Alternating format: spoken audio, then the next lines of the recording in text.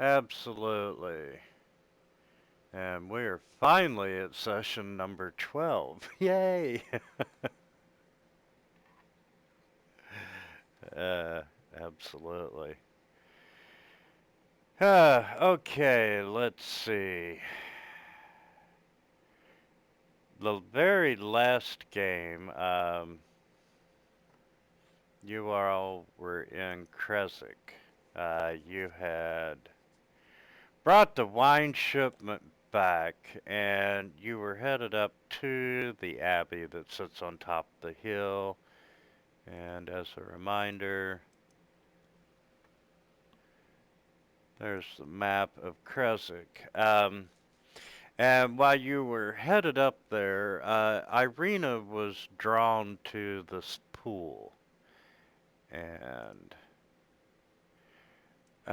as she's looking, there was a wooden statue of this bare-chested man, and um, he had his arms outstretched, and it looked like he was waiting to be embraced. And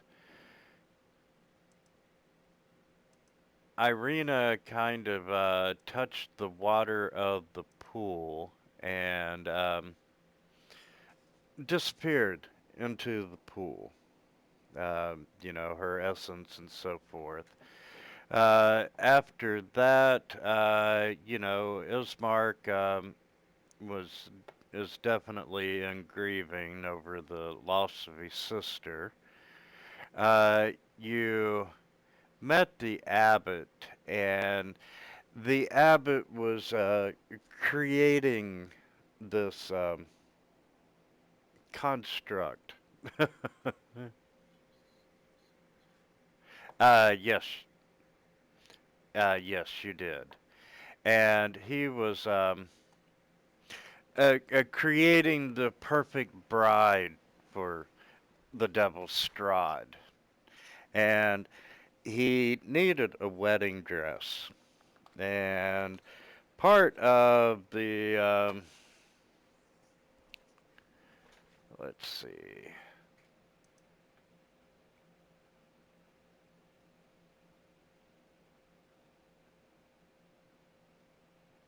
and courtyard maybe.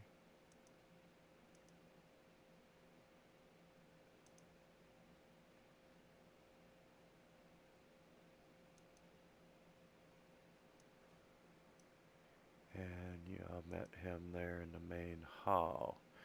Um,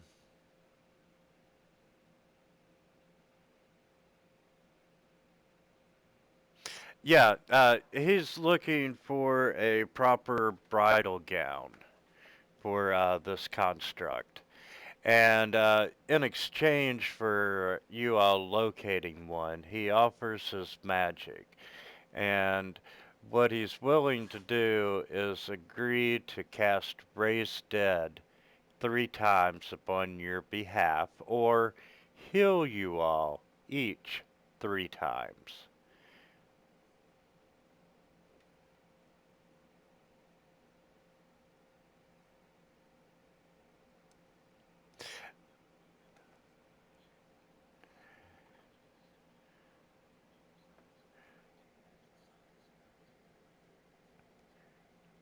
That is correct. And you went and talked to the exactly, and she said that there's no one here that's capable. However, in Balaki, they have some very skilled seamstress and so forth. So you offered to escort her to Balaki, and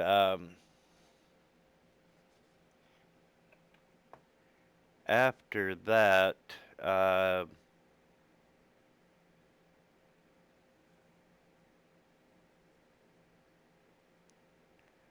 let's see. There was talk of headed back to Barovia, So let's talk about what quest we have.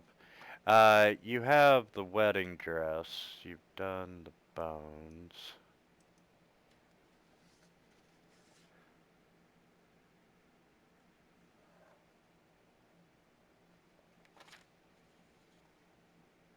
Okay, so that was talk to...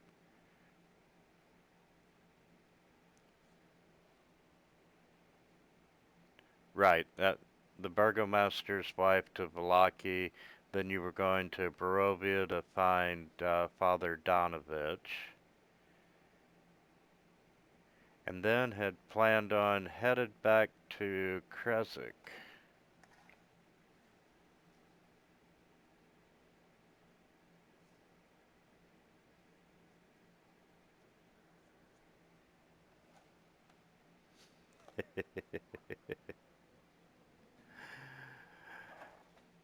Okay, let's cover the dress first.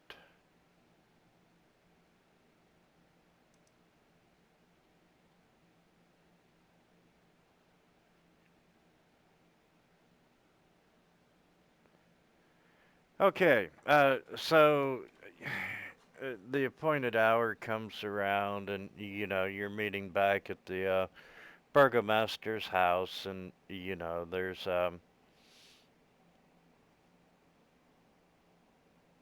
the burgomaster's wife. She's on a wagon. She does have a couple of escorts.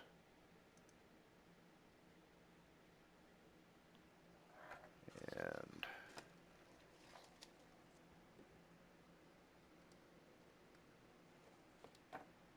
I'll be so glad when we're playing regularly again.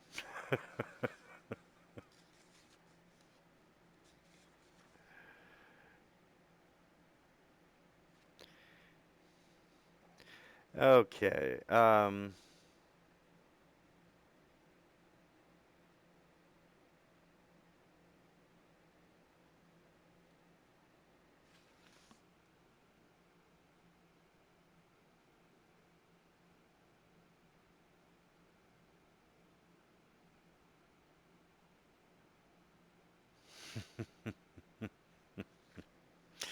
Okay. Um,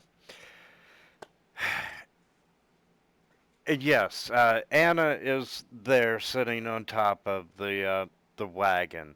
There are two guards besides you all that are with her, and she has four commoners, friends of hers, and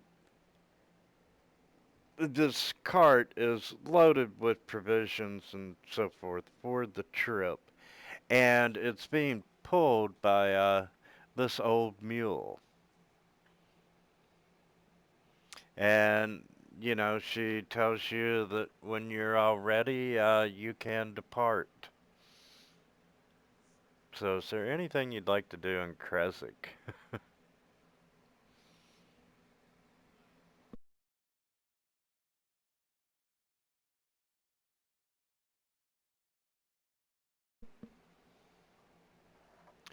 Okay, so you all set out on the old salvage road,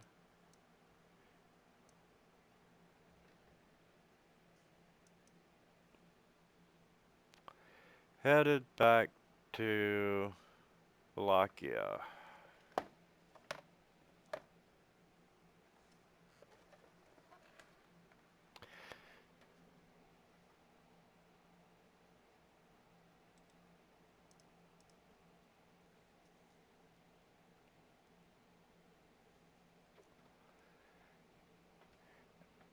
Okay. Um, yeah, you're going back over familiar territory and so forth. Uh, you have been this way before, and you bypass, you're there at the Raven River Crossroads where you went to the Wizards of Wine, and you continue on.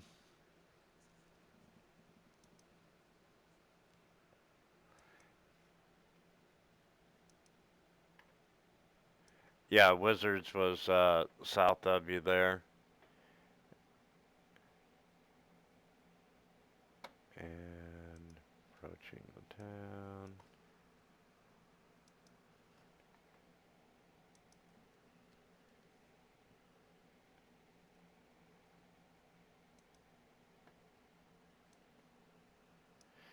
Okay, and once again, you come upon the woods start to recede, and you see a mountain berg that's surrounded by a wooden palisade, and there's thick fog pressed up against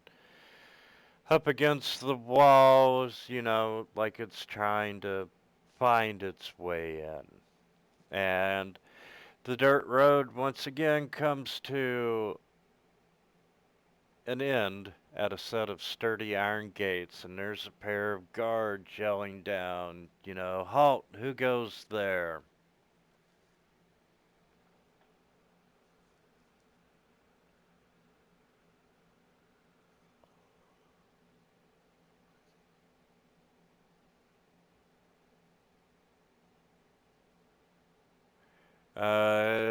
The guards kind of taken back for a second, and would you like to make a persuasion check?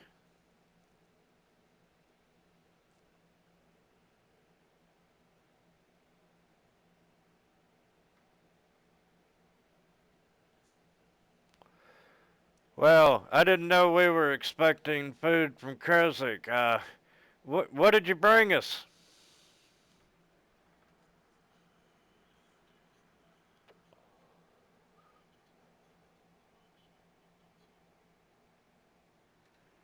Oh, and who's the lady in the truck?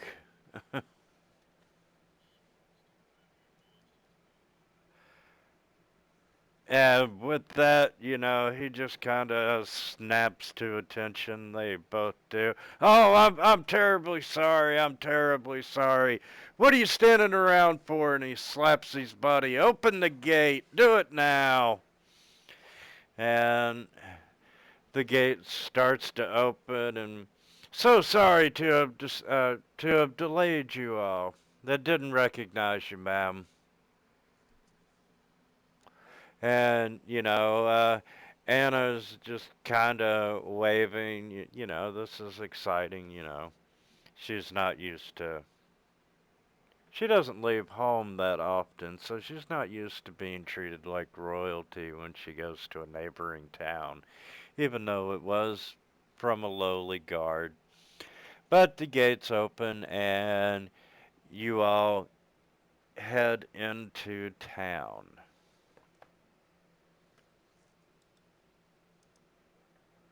And just as a reminder, there's the town map.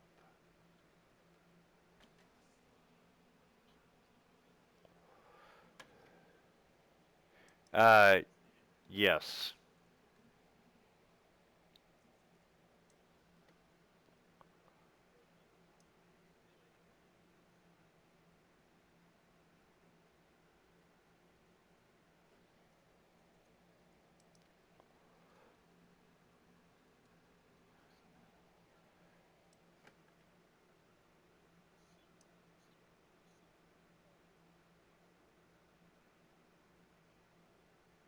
Uh, yeah. On the east side was where you encountered the vampires and the coffin makers. And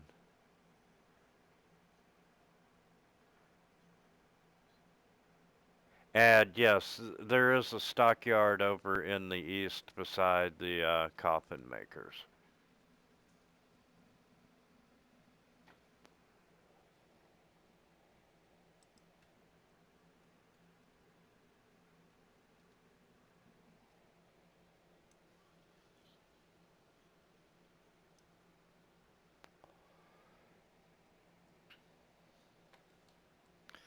Um, she's like, here in town is good. We're going to start hitting the local dressmakers.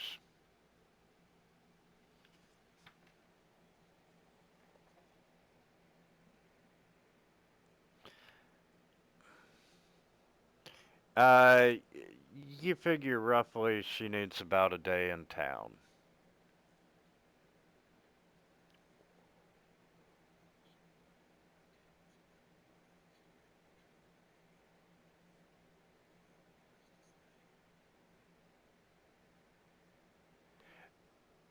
Yes, they're gonna stay at one of the local inns.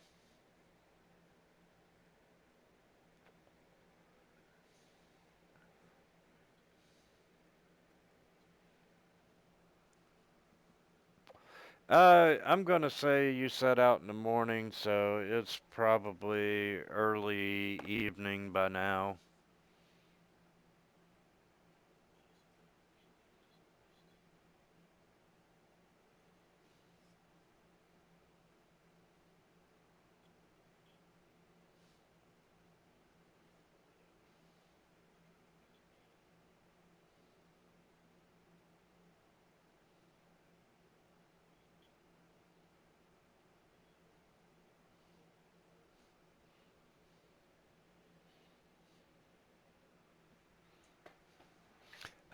Yes, they are.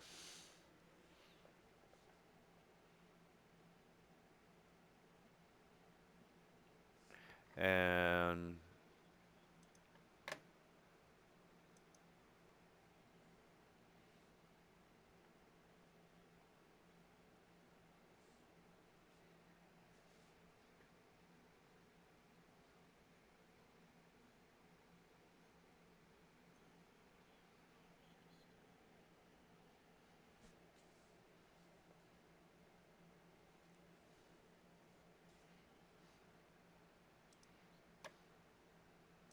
okay, not a problem. And give you all a long rest.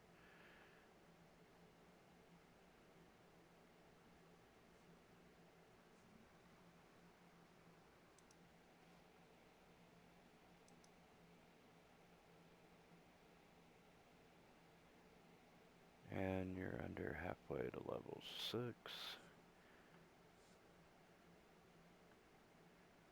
Okay, yeah, you managed to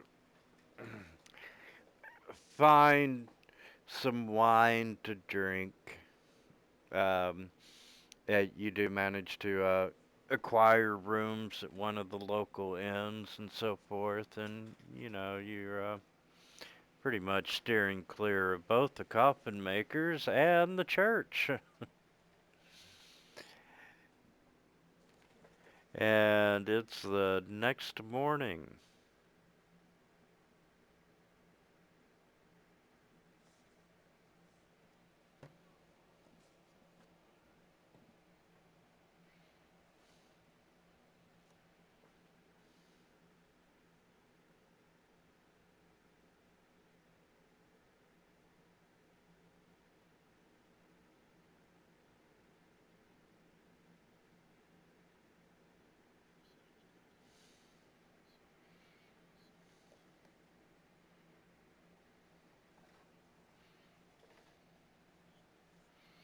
Okay, so we're headed to Barovia now.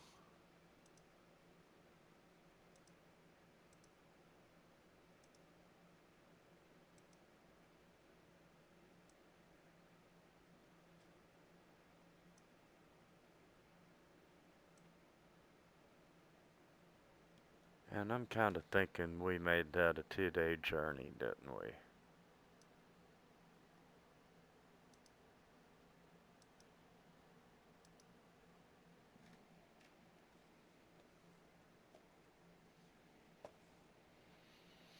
Okay, you set out on the road and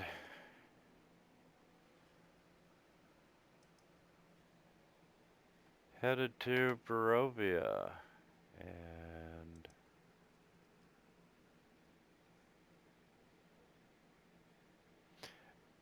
you are headed to the village. You're pretty sure that Father Donovan was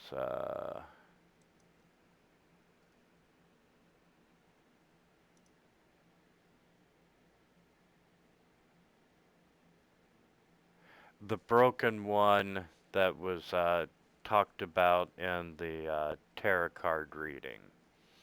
I see a man of faith whose sanity hangs by a thread. He has lost someone close to him.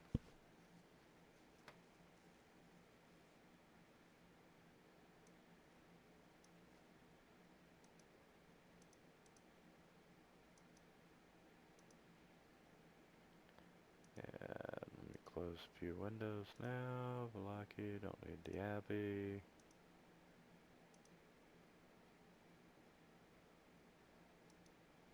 That one I want.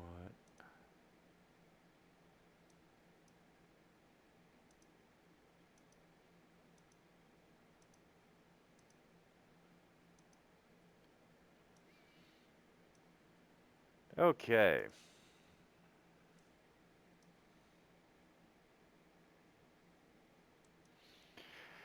So yeah, you proceed throughout the day, and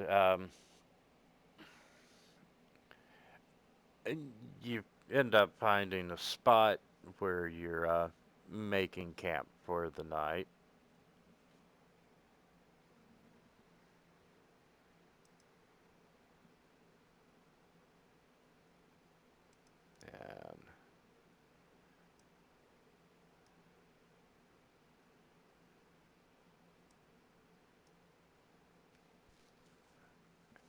And yeah, I'll give you the bridge. That's a good halfway point. So you make it to the bridge, and you're starting to set up camp for the night.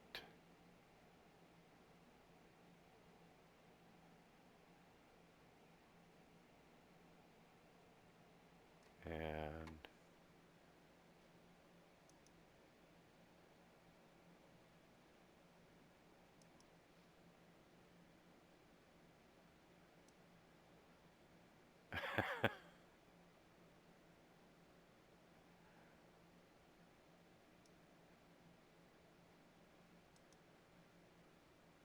oh yeah, I like it. Okay, you're setting up camp. Who's taking first watch?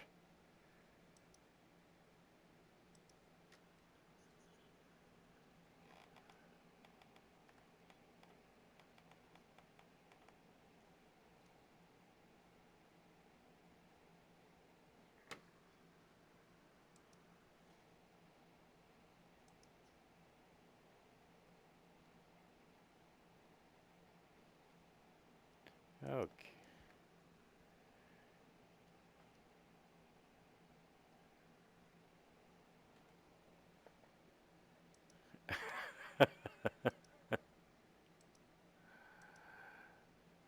Okay.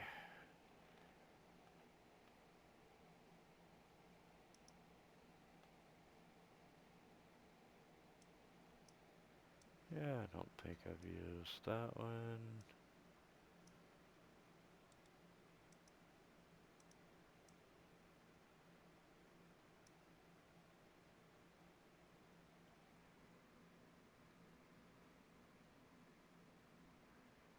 Wow. Sorry. I just put a grid on a map and it, like, disappeared.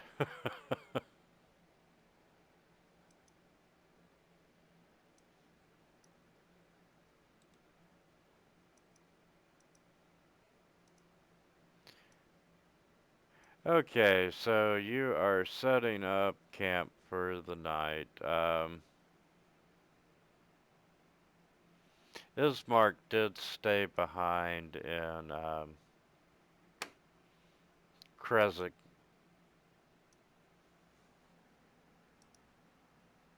in order to process everything that happened with Irina, and you suspect that he's probably even doing a little bit of drinking. And clear up the combat tracker is marked as off. Auto is gone.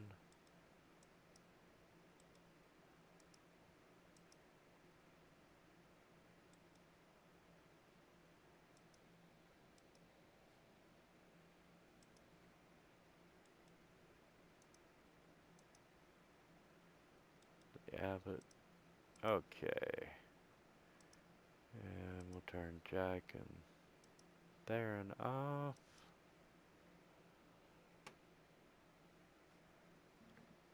Okay, down to 3 people on the combat tracker, 3 people on the map. Okay, and who was taking first watch again?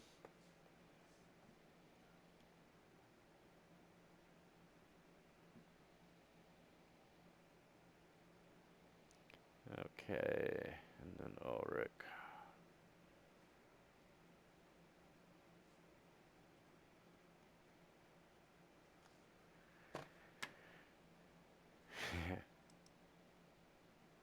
And that goes on there.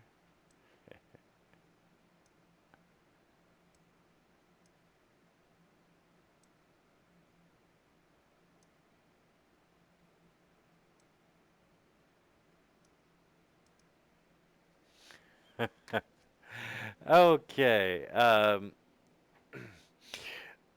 Mathis, you're taking middle watch, right? And you go to relieve Carrick, and as you two are, you know, talking about, hey, did you see anything unusual during the night? Uh, Down the path from you all, uh, you do see something unusual. And, uh, no, but I'm gonna make a note of that, Undead Elvis.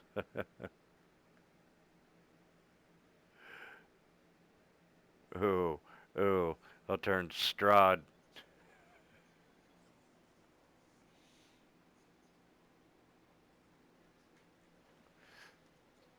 Okay.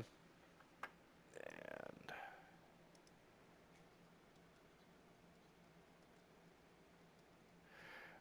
oh, yes, absolutely. You, through the mist, you see the skeletal warhorse and rider, and both of them are clad in this rusty chainmail. And the skeletal rider holds up a rusted lantern that shines or sheds no light.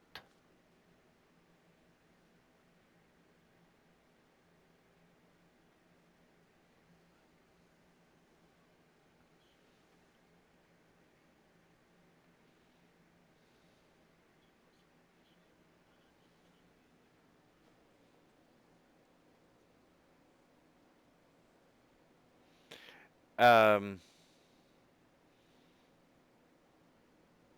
yeah, let's roll initiative.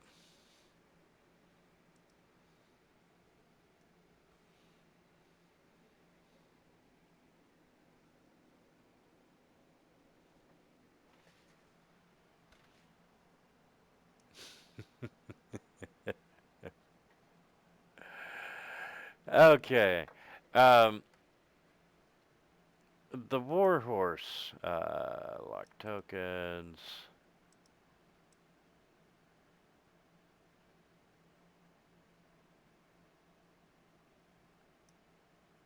The warhorse and the rider are riding up towards close to you, Carrick, and they, yeah, right now they are just riding up to you.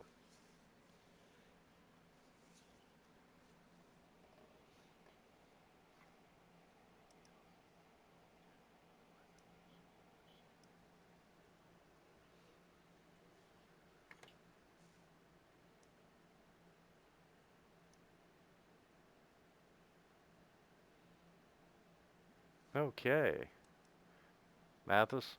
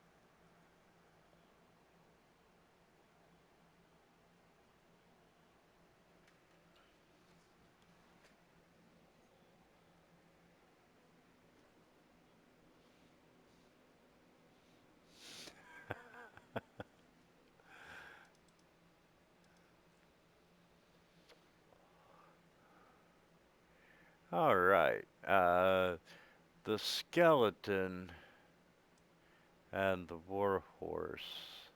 They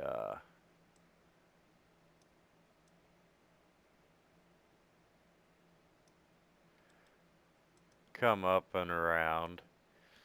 And the skeleton is actually on the warhorse, but for targeting purposes, I've got him beside of it. And he swings a short sword at you, Carrick,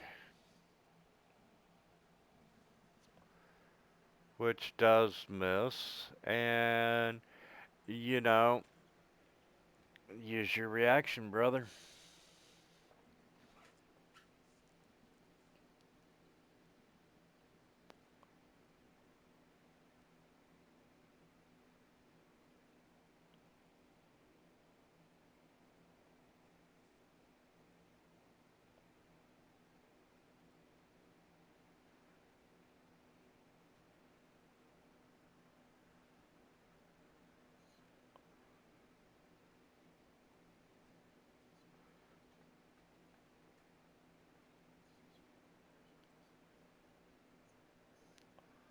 And the warhorse is the skeleton as well.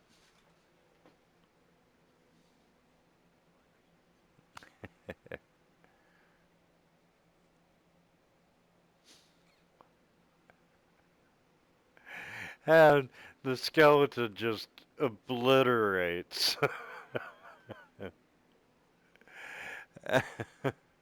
Um, with that, the warhorse kind of rears back and it's kicking with its hooves, and it just kind of kicks Mathis.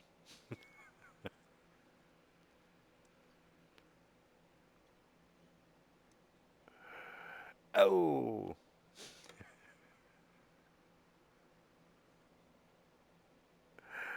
I'll take that roll. And let's see, yeah, the horse would have moved, and then it's your turn.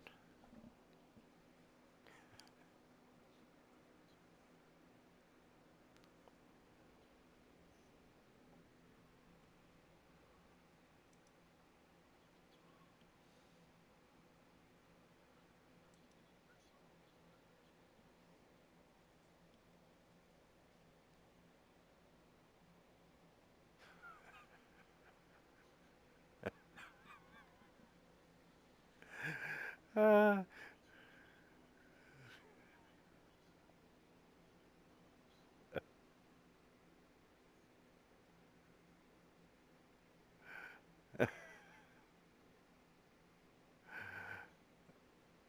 uh, that's funny.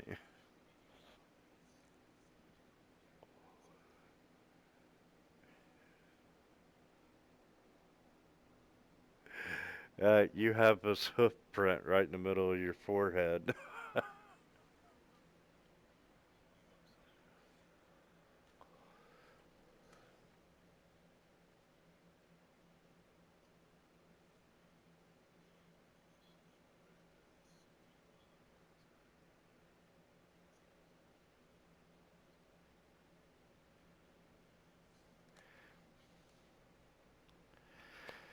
Yeah, all the armor is, it is very old, and as a result of, skeletons don't take care of their chainmail that often.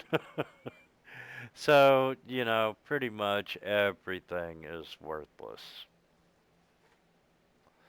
except for the 150 experience points that you all got from that encounter.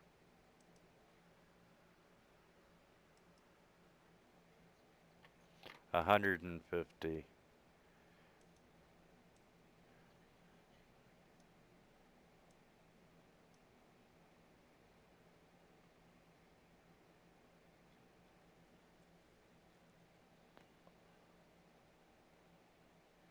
And I have my, there we go.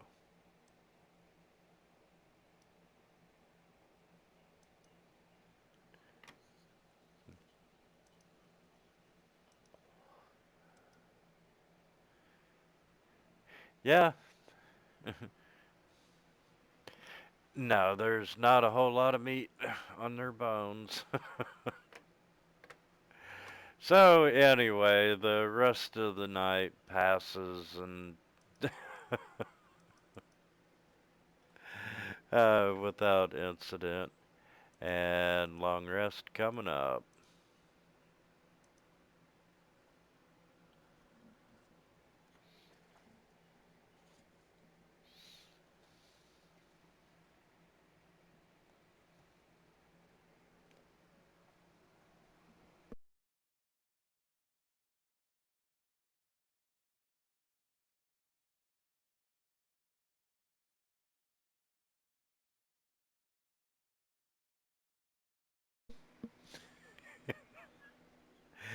Yeah, you can still see a little bit of the horseshoe. Oh, I should have made it a flaming skeletal horse, and then it could have branded you.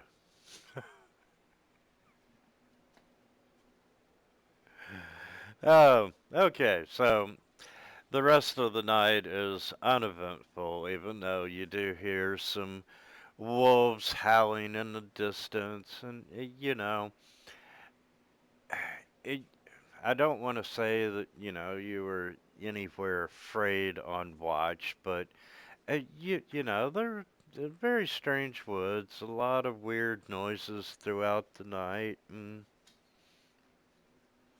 but no further incidents. So you get up the next morning and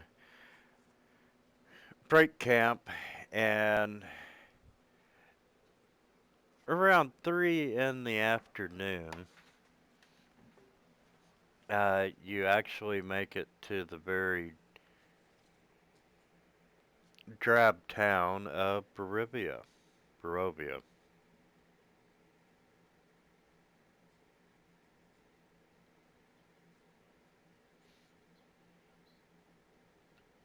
Yep.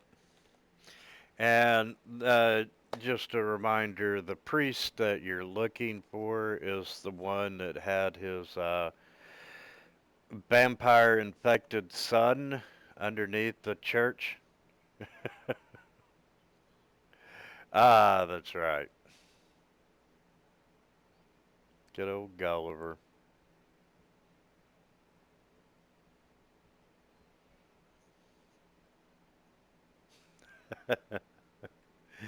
Did you give him a fear of brooms?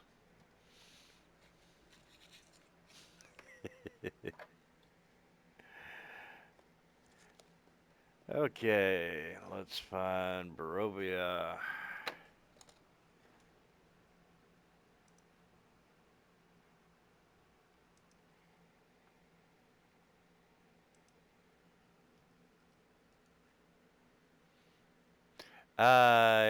Yes, I do believe he did.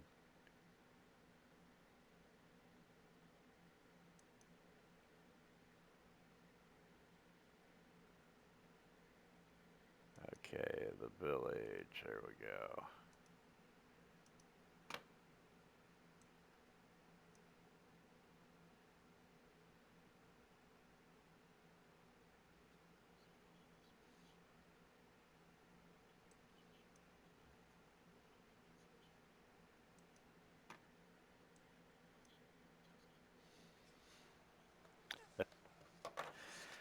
Okay, let's.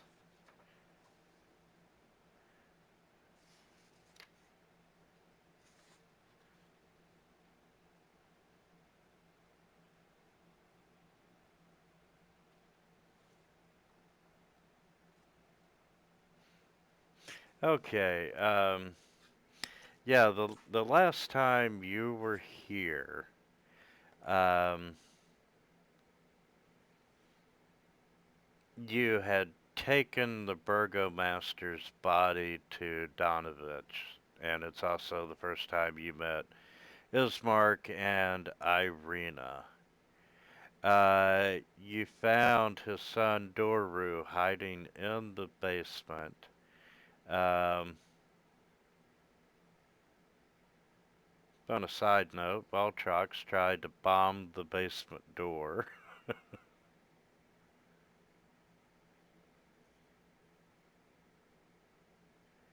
And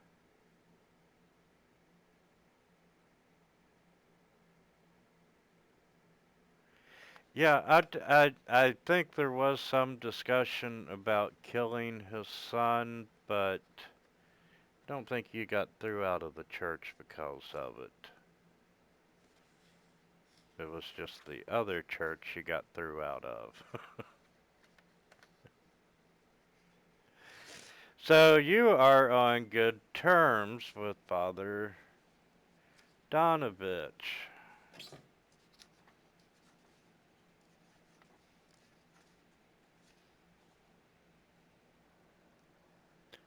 And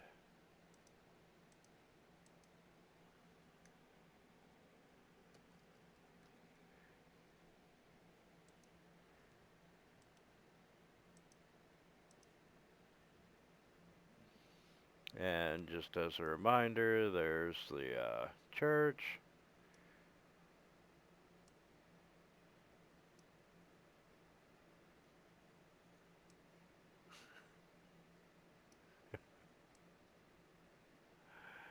Uh,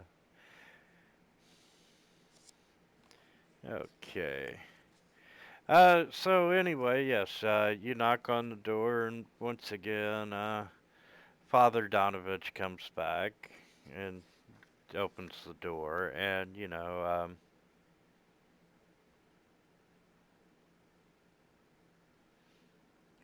as you're knocking on the door, you do notice once again that the heavy wooden doors of the church are covered with claw marks, and they're scarred by fire.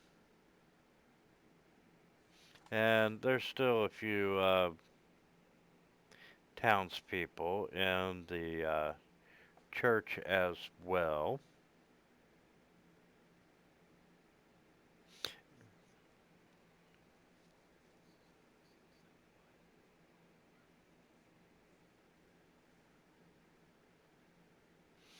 Yes, you do.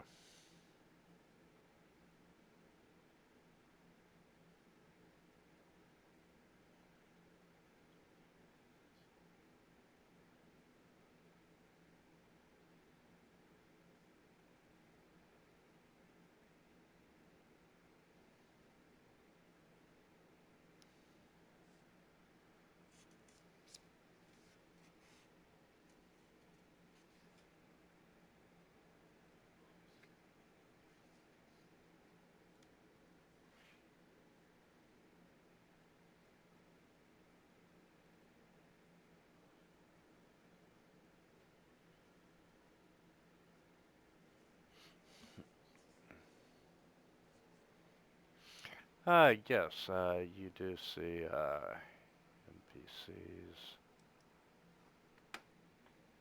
And I'm sorry, it is just Father Donovich is here at this church.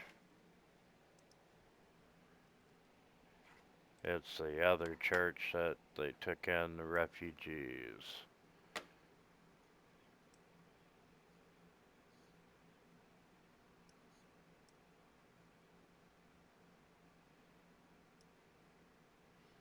So, as far as you know, he was when you left.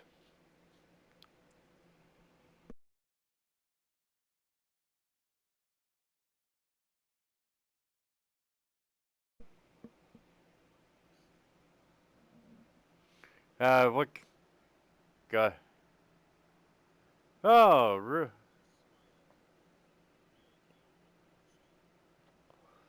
and he goes, "Oh, my son, what can I do for you?"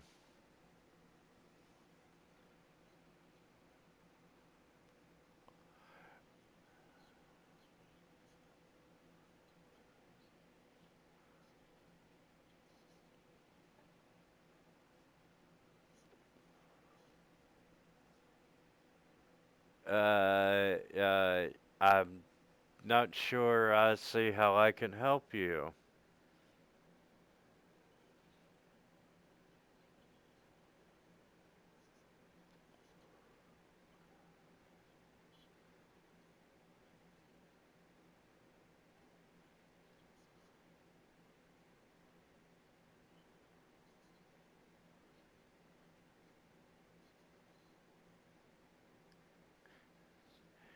Uh, I am just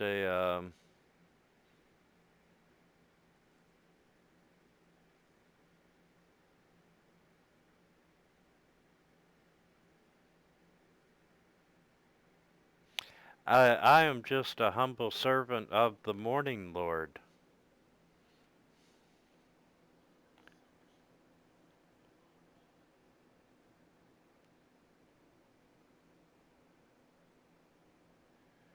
I I I I what makes you think uh, that I can do this?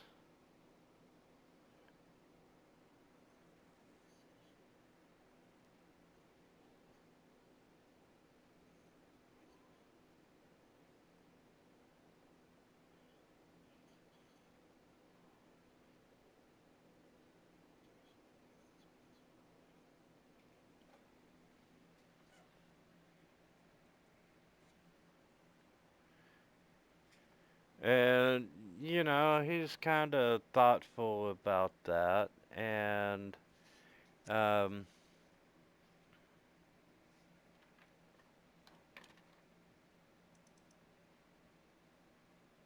let's see.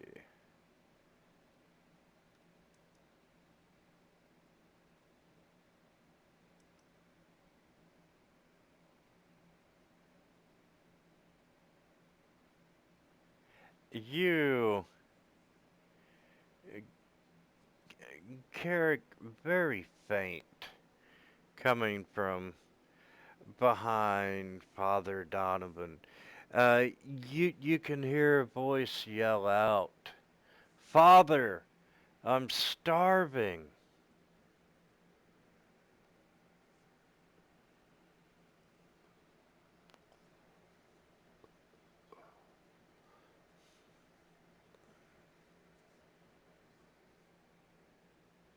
I don't know. Have you guys?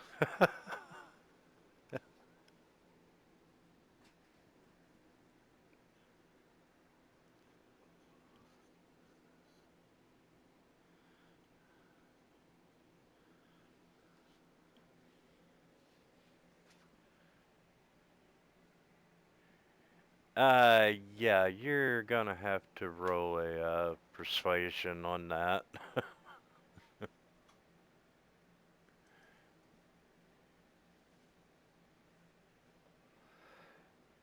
There is no cure for what he has.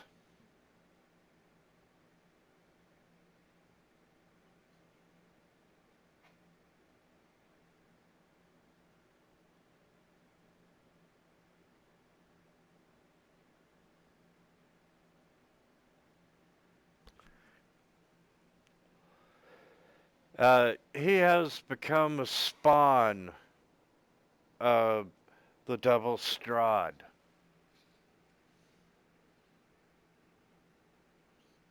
And yeah, and uh, he explains to you how he has prayed day and night, uh, for guidance, hoping that any of the gods will tell him how to save Doru without destroying him.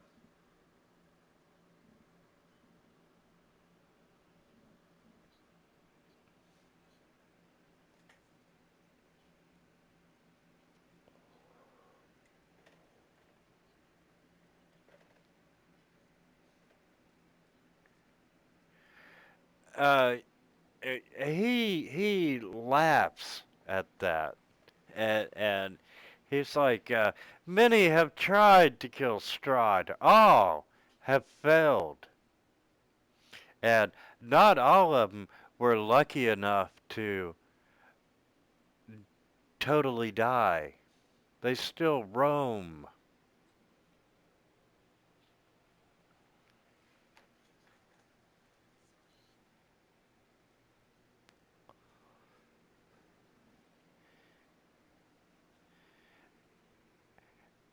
You're gonna die, boy.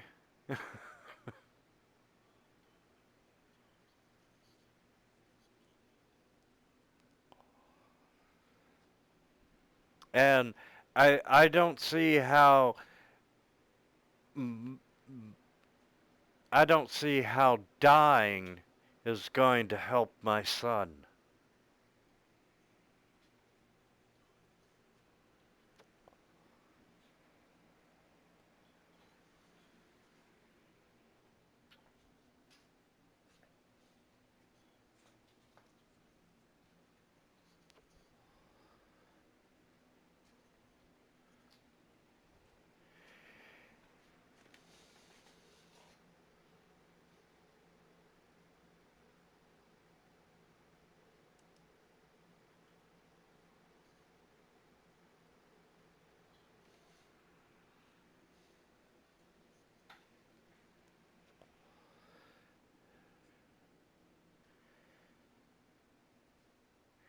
Uh, yeah, you want to try another persuasion?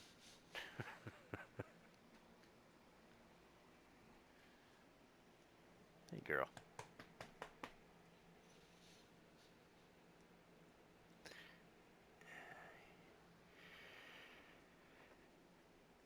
He kind of raises an eyebrow, and you can tell he's thinking about what you're saying.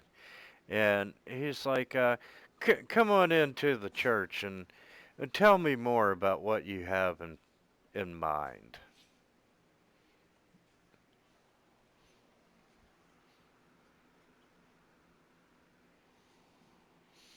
And from, as you step in, from underneath the floorboards from where you're at, uh, you can hear a faint whisper. I can smell your blood.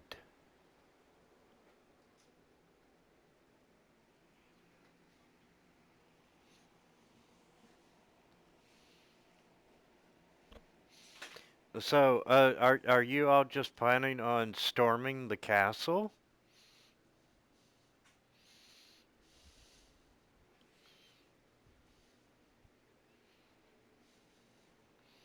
I mean, you're talking about being able to defeat Strahd, but you're not.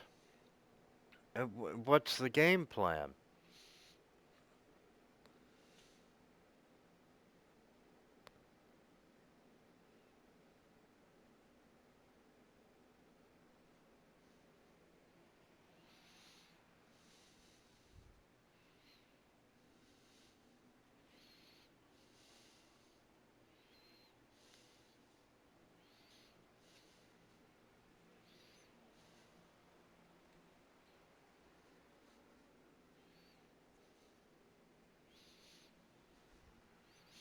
Well, you know, it is tempting.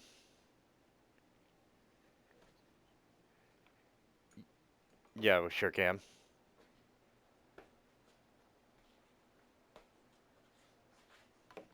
Damn bug. So anyway, um,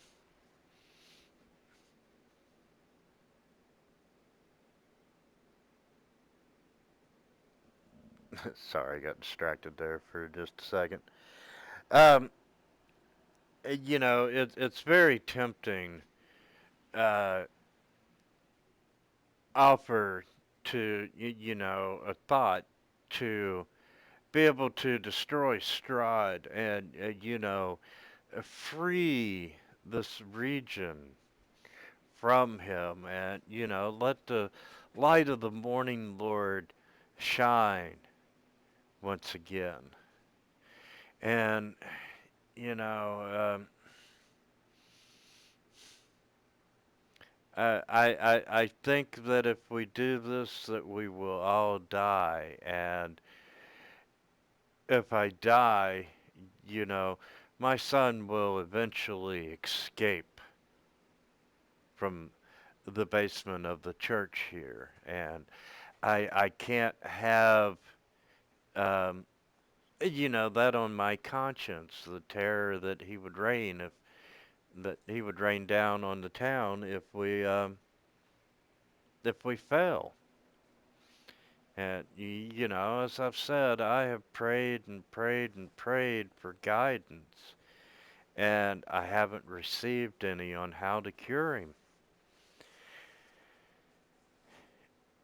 And I can't bring myself to destroy my own son, and I know that he is, in all essence, he is no longer my son. Uh, I Go ahead.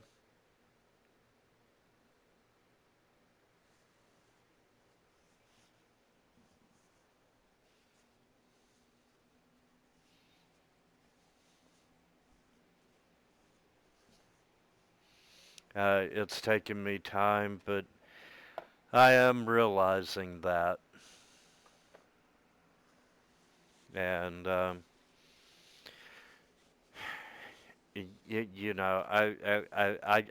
can't do it myself.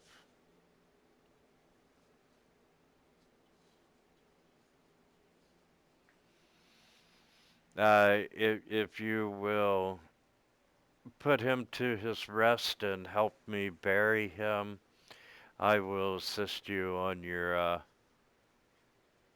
quest.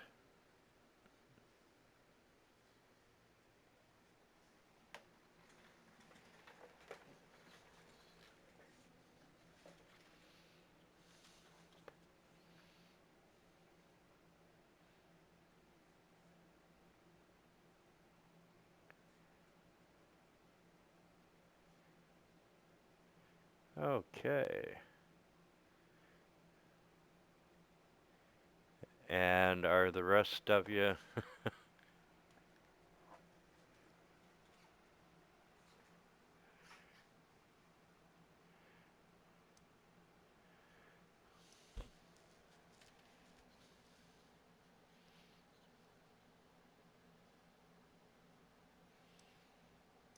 And Father Donovich takes you over into the corner, and I'm gonna unlock tokens here for a minute, and starts to unbolt the trap door, of which you can hear all kinds of his son hooting and hollering. No problem. I'll let y'all buff prior.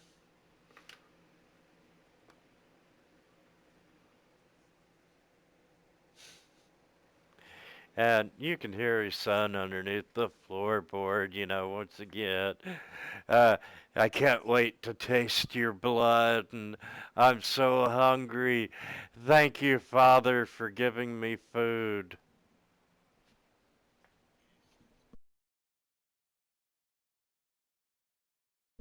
And I'm gonna be AFK for just a second.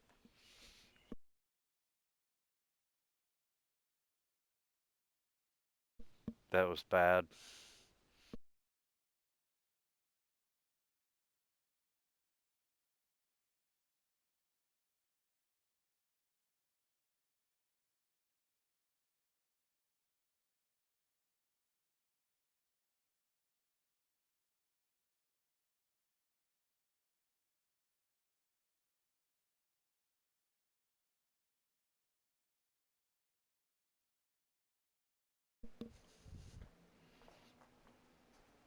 Alright, I'm back.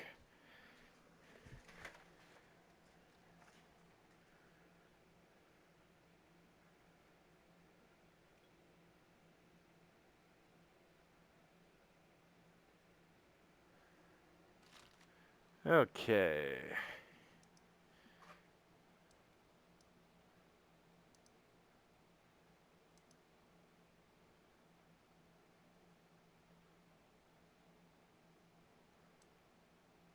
Uh, yes, he's just going to unlock the door because, you know, he doesn't want to see it happen.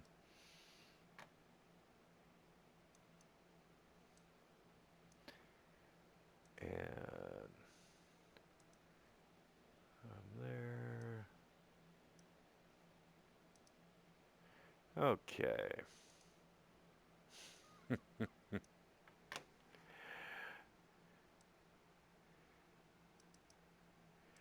And yeah, like I said, this guy is just, he's gone crazy.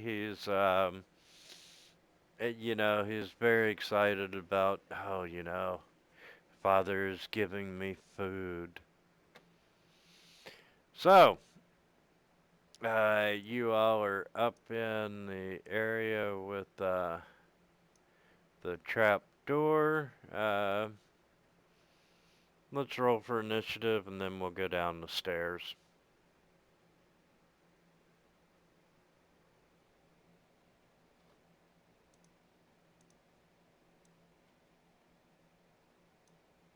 Show off.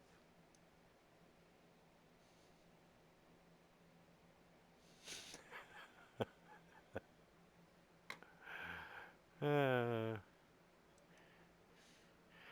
yeah, I'm gonna give him a 1 so he makes the combat tracker.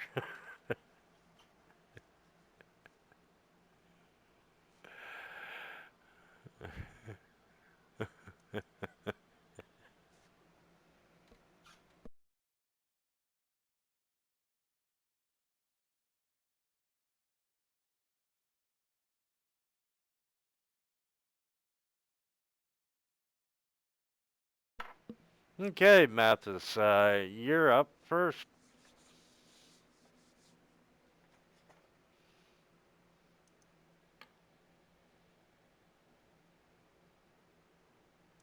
Okay. Yeah, Donovich is left.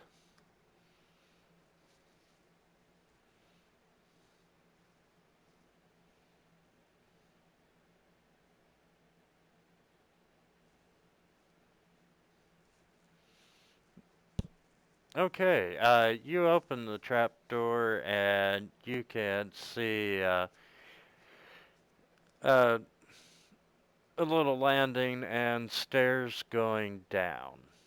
And you're you get hit with the smell of damp clay and earth. You can see a spot here and there throughout the basement where light is leaking through the floorboards up above in the chapel.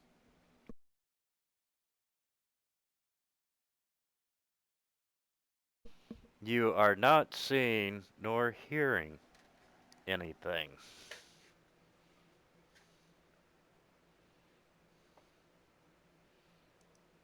Yeah, you would have lit one beforehand.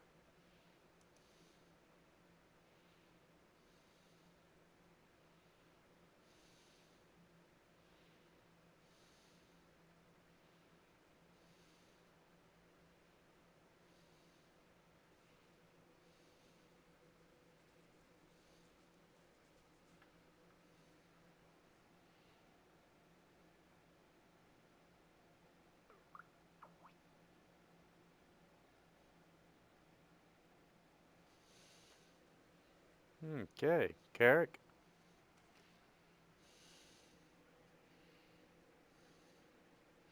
You are upstairs headed down.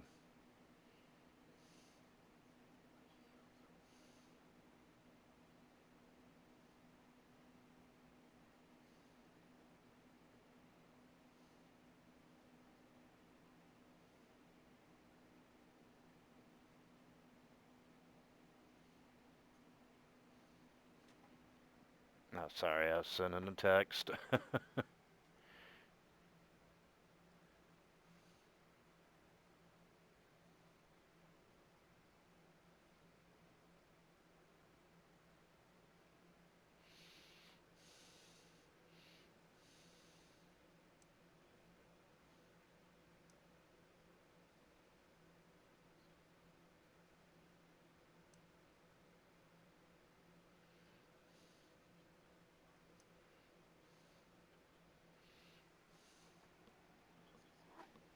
Um, Tell you what, both of you, give me a perception check,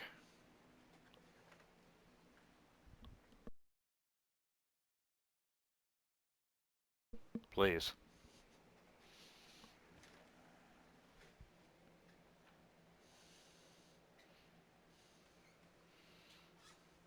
Okay, over in, I don't know why I drew an arrow. Over in the far corner, you can see Doru.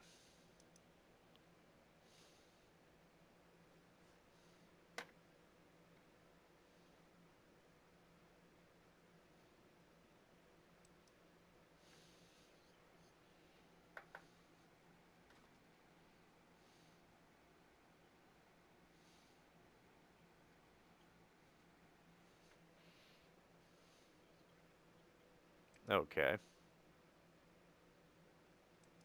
And Ulrich?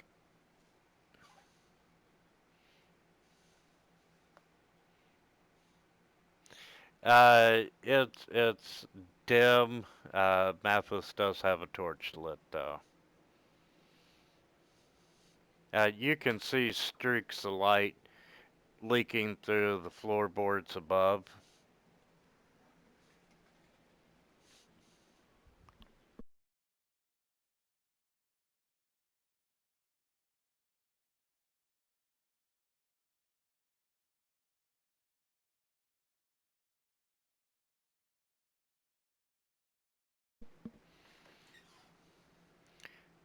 Okay.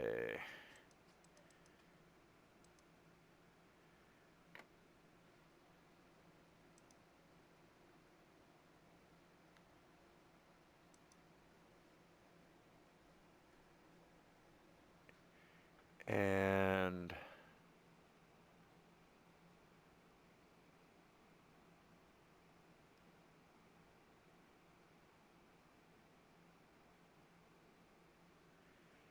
he and lock tokens.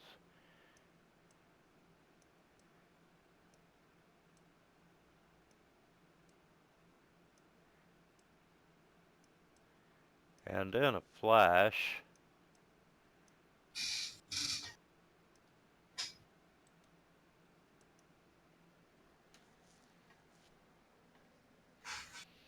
he comes running down to the southern end of the room.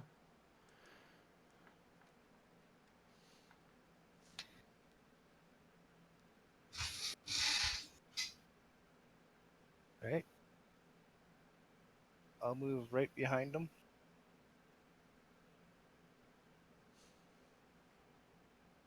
And I'll attempt to hit him with Gulfa's staff.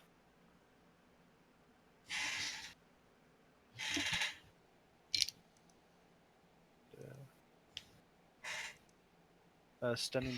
I'm gonna use a key point for stunning strike. Alrighty.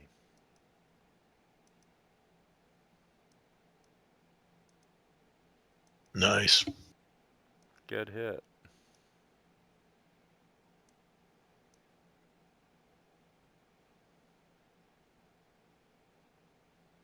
That's my normal attack damage.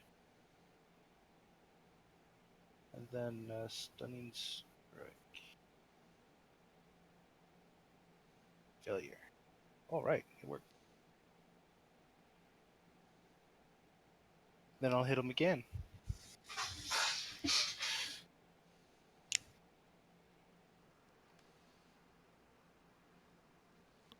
And a unarmed attack. Critical. 2d4s. And that's it. All right, I'm gonna go 5 and 15. Go there.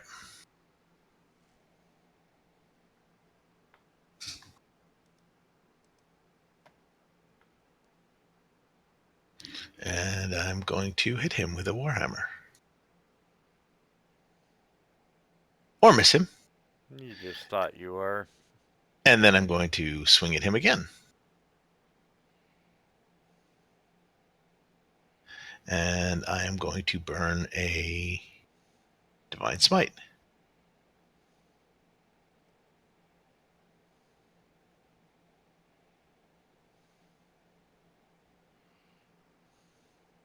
Okay. That's my turn.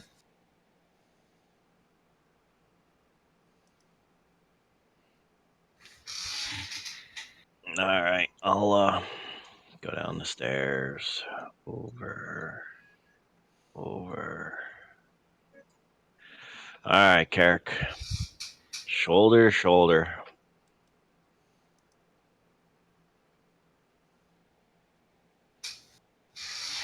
And with that, I am going to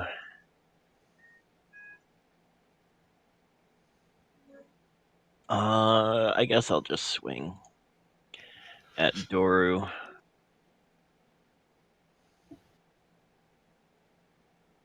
With my Warhammer.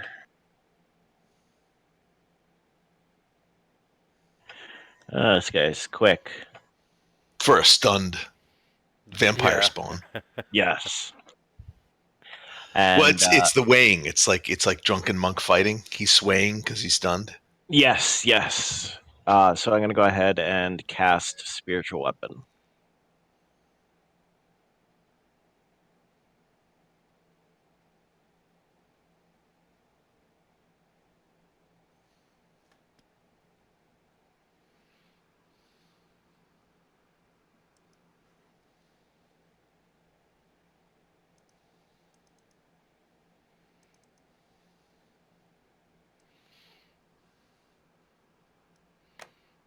Okay, spiritual weapon.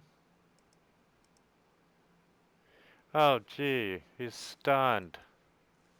I guess I owed you that. You owed me that for the horse kick.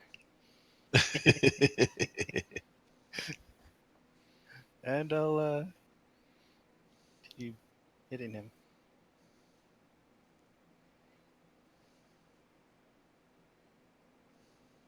Another.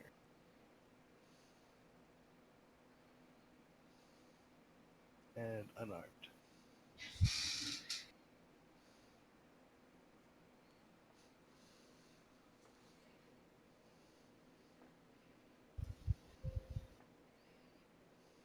All right. Hit him with the Warhammer. God dang it. And guess what I'm going to do?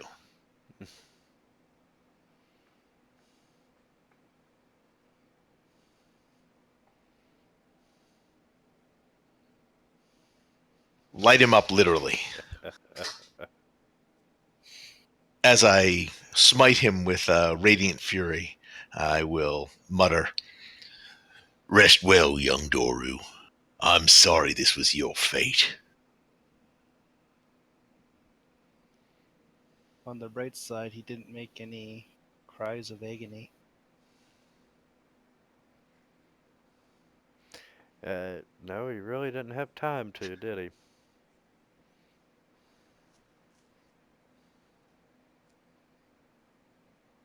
You remember that guy Gulliver that I killed with a Broom? an animated broom? I Math. believe you killed him with a night hag. He only went unconscious with an animated broom. That's true. That's true. Got knocked out. I think I'm gonna go after Mathis with an animated dustpan. Oh gosh. Well, we all know Mathis can take a beating. Absolutely. All right, so we'll gather up Doru's remains and try and kind of conceal it under a cloak or something so that Donovan doesn't have to see the state of affairs.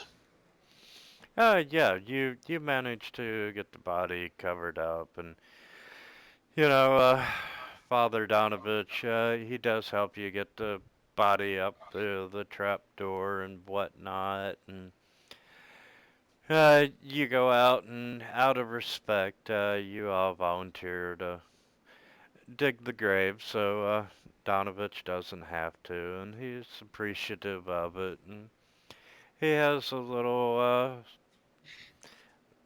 fairly brief service to, just remember his son. And at the end, you know, he's in the ground. You're all starting to cover the grave back up, and Father Donovich says that, he's going to go back to inside the chapel and pray and meditate on the task that lies ahead.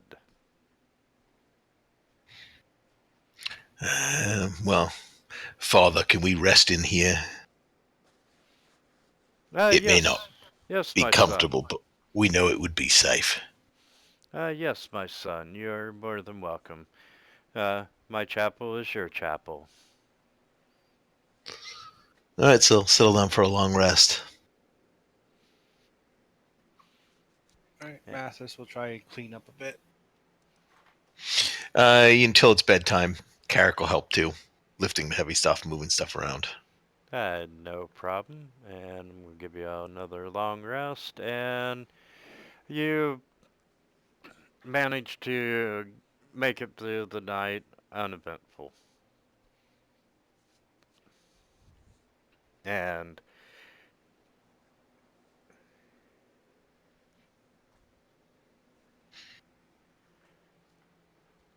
the next morning, Father Donovich, you can see he's changed his robes and he's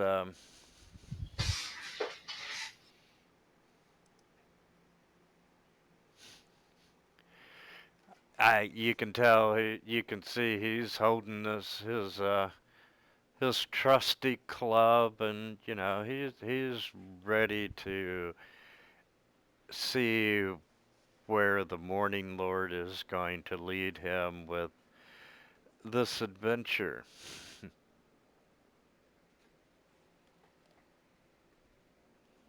And guys, if you don't mind, can we take 10 here? Sure. Yeah. Cool. I gotta grab a sandwich. I'm starving. I gotta make sure that my youngest is working on thank you notes and that the two guests are getting ready to go home. So And that you still have a kitchen. I still have a kitchen. Yep. All right. See you shortly.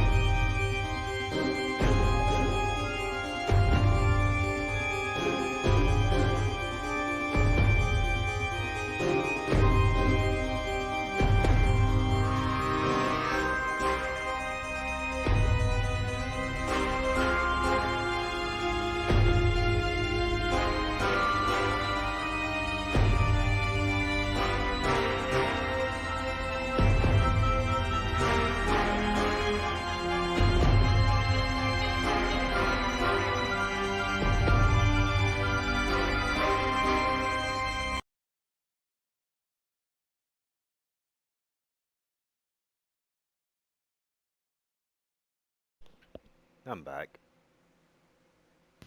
Welcome back. Welcome back. Yep. Okay.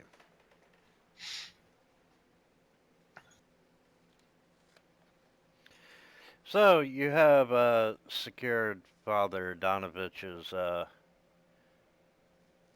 help and put his son to rest, and also buried his son.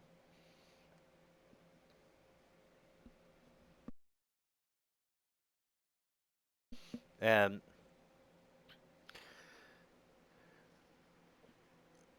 where are you headed now? back to Valaki. I believe that was the plan, to pick her up and get the wedding dress. Hmm. Okay. And you know, as you're traveling, you're filling Father Donovich in on some of your adventures and so forth, and he tells you what he knows about Irina, and he said that she wasn't the natural daughter of the burgomaster. Um, Even though Irina never knew it, the burgomaster found her at the edge of the woods near the pillars of Ravenloft. And she was but just a girl then and seemed to have no memory of her past. And, the burgomaster adopted her and loved her dearly. And a little while later in the conversation, he's talking about Castle Ravenloft. And, it talks about every night at midnight, the spirits of dead adventurers will rise up out of the church graveyard, and they form this silent procession as they walk the road toward the castle. They pretty much call it the March of the Dead.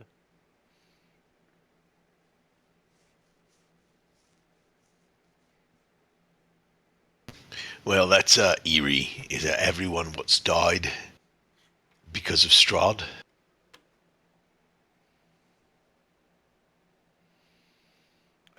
Yes. Or is it everybody who's just died in this accursed place? It is just the adventurers. Just the adventurers. Wow. Uh, Well, uh, uh, good uh, news is we're not going to be joining that procession. well, let me rephrase that. Not just necessarily the adventurers, but everyone, including the armies who, used to go up against Strahd.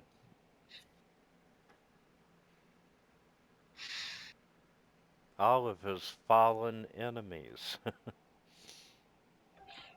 Do we see Gulliver?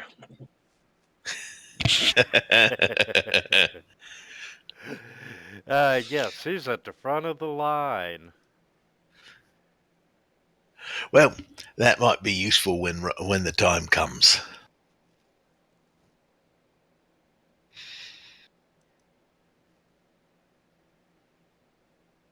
Do they interact with anyone or just do their own thing? They just do their own thing. All right.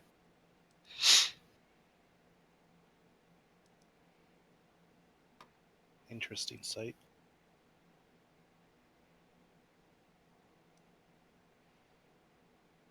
Okay, and And where did you see this? uh, it happens every night, and you are able to see the ghost clear once you start getting up or closer to Castle Ravenloft. Once you get past the gatehouse. All right. What do they do there? No one Does really anybody know? knows, but they seem like they disappear when they get inside the gates of the castle.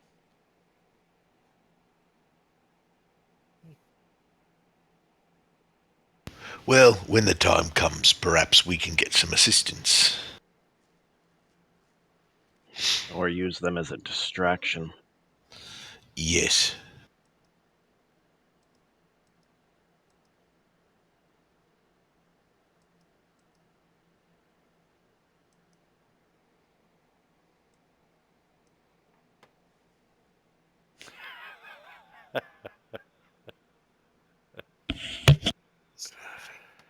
Uh, yeah, I'm laughing because I fail to see how Father Donovich can really help you. I don't know. We're just doing what Madame Eva told us to do. Yeah, Well, and that's one of the random plot points in the book. But out of game for a minute, Yeah. Donovich is a first level spellcaster. Yeah, but you know what? You're the you can always have him momentarily infused with the might of the Morning Lord, or a conduit Uh, to a higher power, or he's just a red herring. Uh, that's your DM power. You get to determine that stuff. I've never run uh, this, uh, so I have no idea. I don't know what to tell you. Rags probably has some opinions. He could probably tell you. But oh, absolutely. But it's just so funny because he's a sacred flame, and that's it for offensive. as it's written in the book, there's got to be I like there's a reason that stuff is in the prophecy. Maybe it's his destiny to help us recover an artifact. Oh, Absolutely. The all right. other ones make a little more sense. A little hindsight. We have the Horseman card. Your enemy is a creature of darkness whose power are beyond mortality. This card will lead you to him. He lurks in the one place to which he must return, a place of death. We just fought an undead horseman. I hope that wasn't him. that wasn't him. No. I could call though. Okay. So you've set out from Barovia. You're further on down the line. It's a typical drab day in this accursed realm, and up ahead, um, you round the bend, and you startle these wild-looking creatures that are caked in gray mud, and each one of them is clutching a crude stone axe. And you're not really sure if if they're male or female. Are And they beasts? see if I have a picture. No, they are not beast. Alright. And let me find a map here.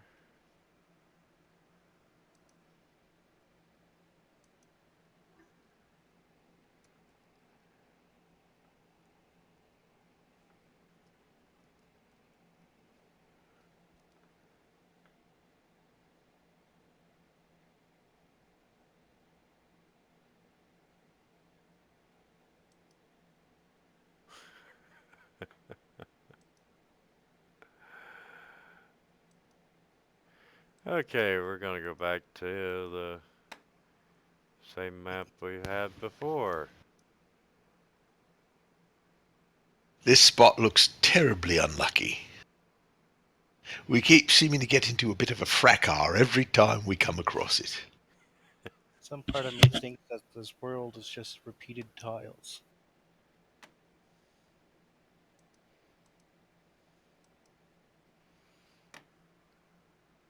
And all of them in 5-foot squares.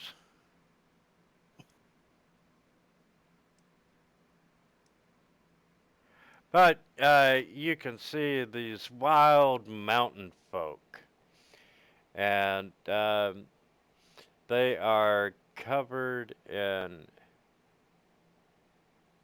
uh,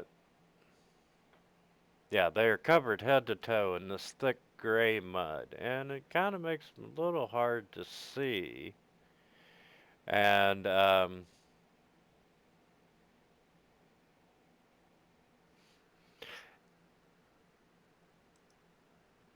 as you round the bend in the road, you do see him.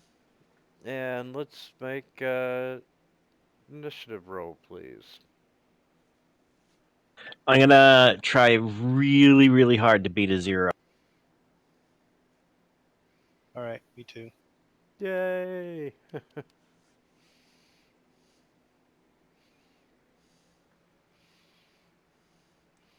Okay, Mathis, you are the first to, truly spot them and react. What do you want to do? I'll move up a little bit and hold up my hand. Uh, we're not here to look for a fight. Just here to pass by. If you let us go, there would be no need for bloodshed. And I'll take the dodge action.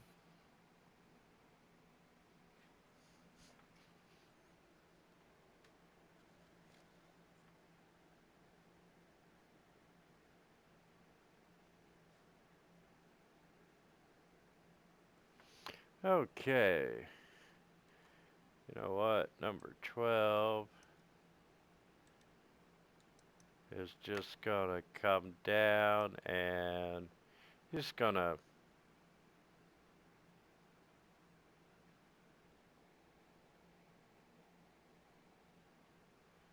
yeah, crude stone axe, that would count. That's impressive. Oh, he dropped a crit. Wow.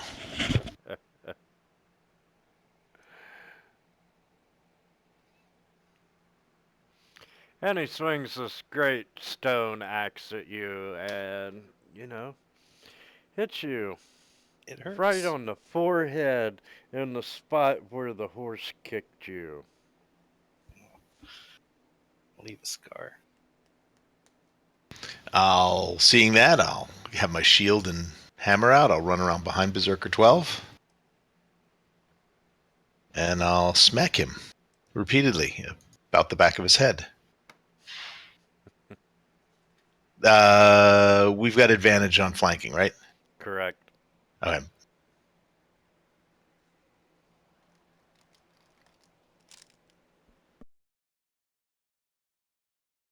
I'm going to smite him. And then I hit him again.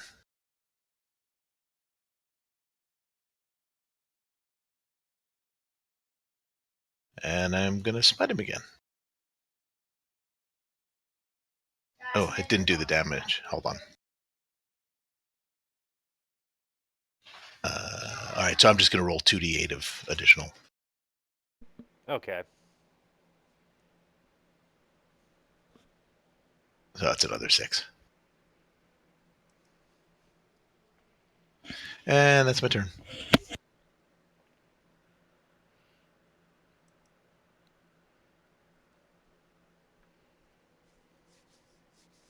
I'm AFK for half a sec, just getting the kids ready. The sleepover guests Oh, are no on their I'm problem. way. gonna move there.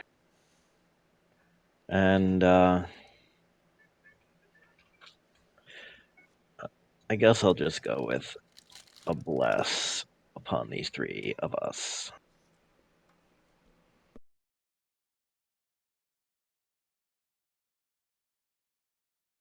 I'm sure Donovich will be able to hold his own. Yeah.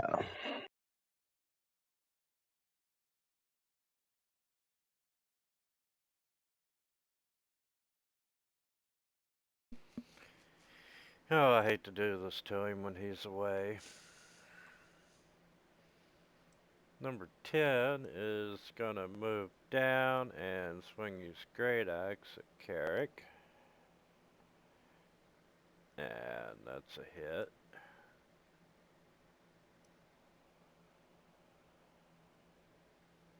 And, he has flanking, so I'm gonna roll again to see if that is a crit. It was not. And he's gonna then continue moving down 5 feet.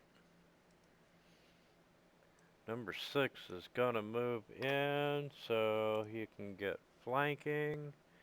And he's gonna swing his great axe. And that was a crit. Ow.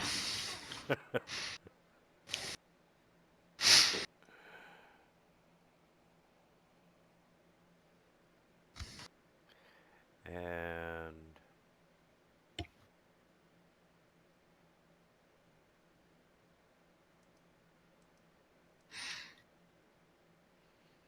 Donovich is gonna come up.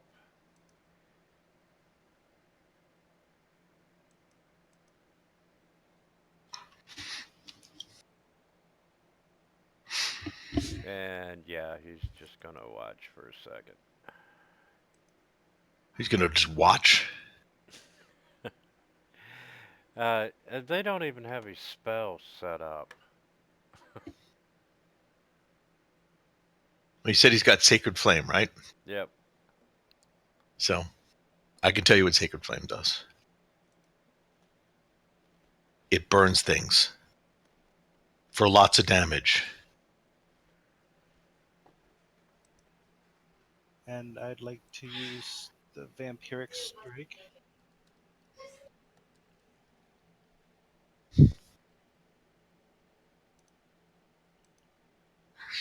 And it does nothing. Then again. Crit. Nice. Take him down. And again, the Vampiric Strike.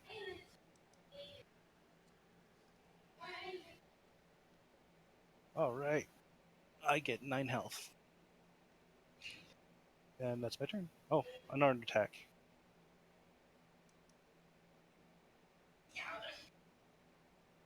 And those were all supposed to be crits. Or advantage. Oh well. Okay, 12 is definitely gonna take the advantage. And we're going back after Carrick, and that's a miss. And shit.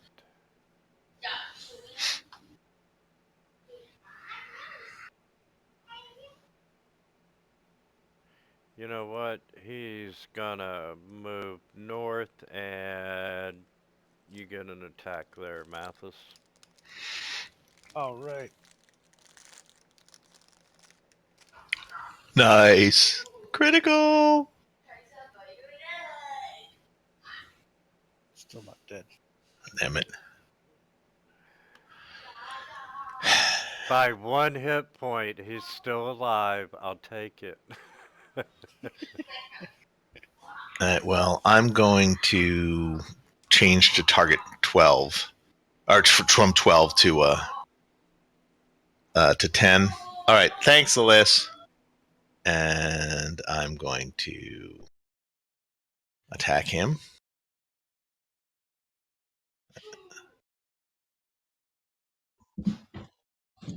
Crit. And I'm going to do a second level smite. So that's actually going to be an additional. Let me modify it right now so that it's because it'll be 3d8. This one, done that. Add that. And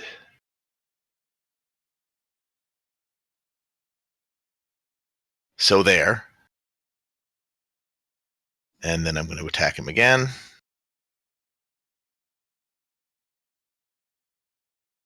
And I'm going to burn a first level smite.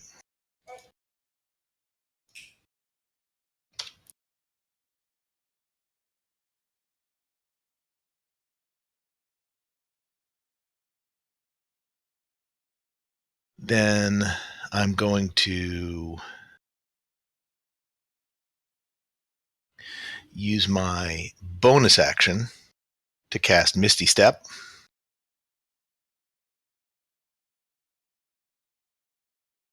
Reappear back there.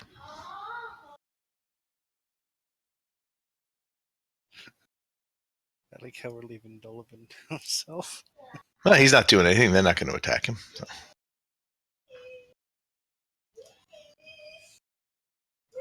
And that's my turn. I'm gonna go up and slap him.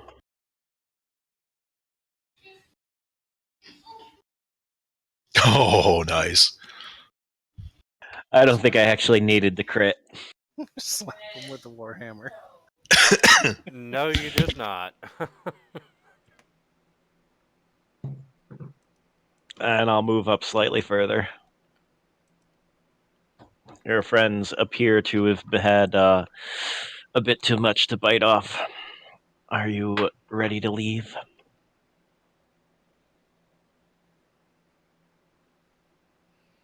And he's going to reply by swinging a great axe at you.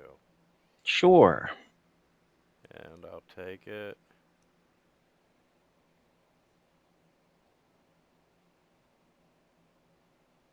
I'm gonna Wrath of the Storm him.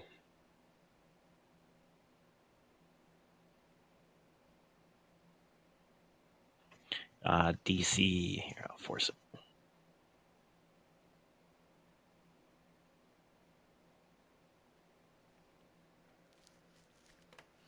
And he's going to come around you.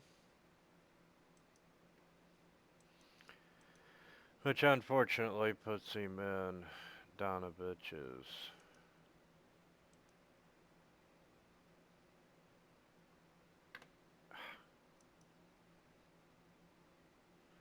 Okay, what the hell?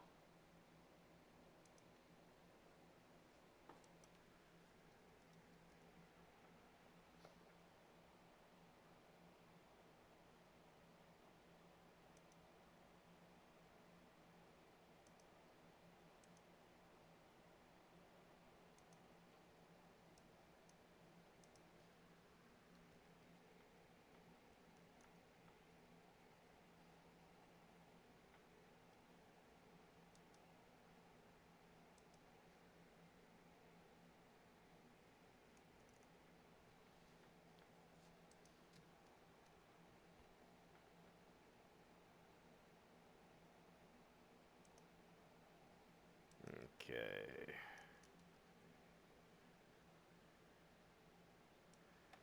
Let's drag it over there. Nope. Sorry, I'm setting this guy's spells up.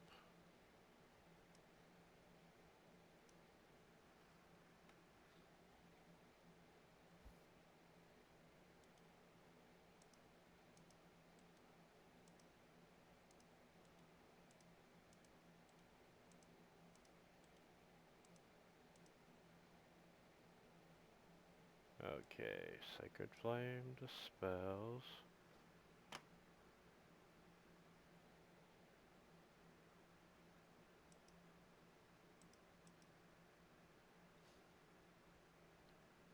Oh, that is weird.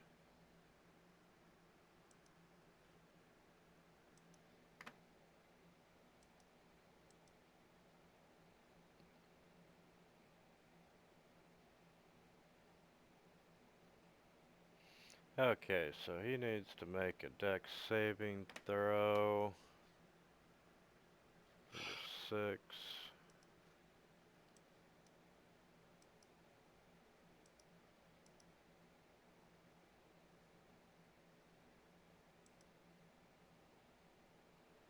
And that was a fail.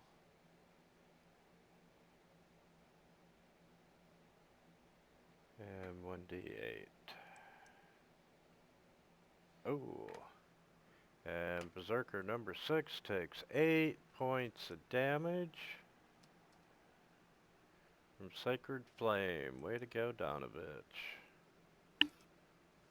And Mathis, you're up.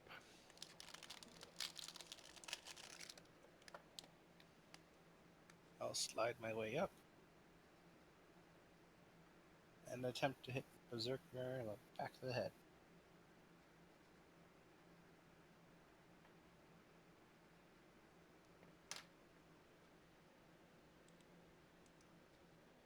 This time I was going to aim for the body.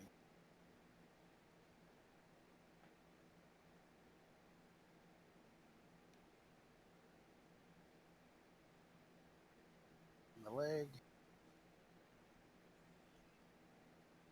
There we go.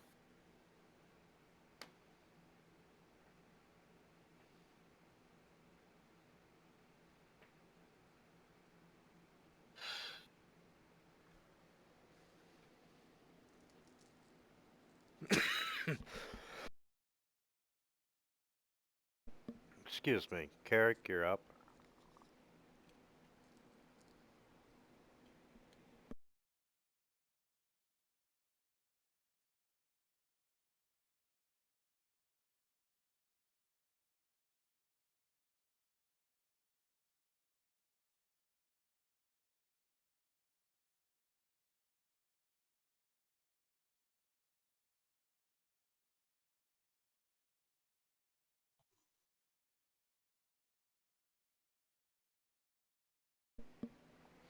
And AFK, so we'll give him a minute.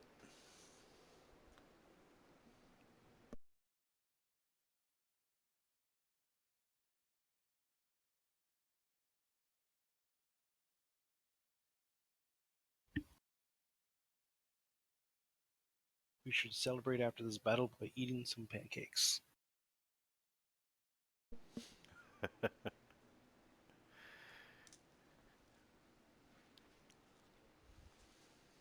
Just so happens I have all the ingredients.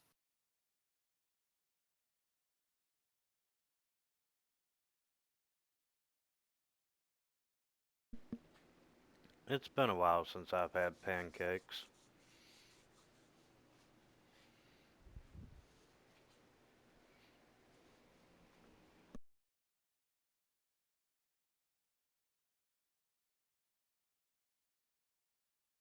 We'll come back to him, and Ulrich, you're up. All right.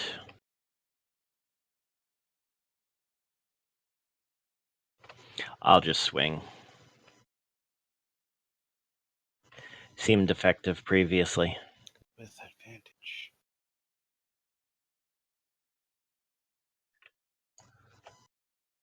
I'll fish for the crit. All right.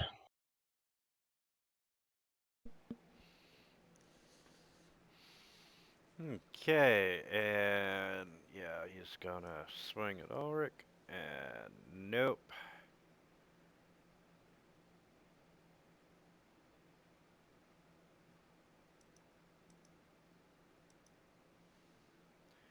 And down a bitch.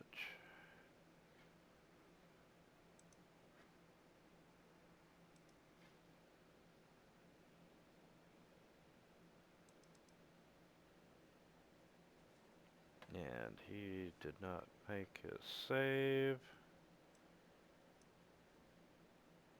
Ooh, and he takes another 8 points.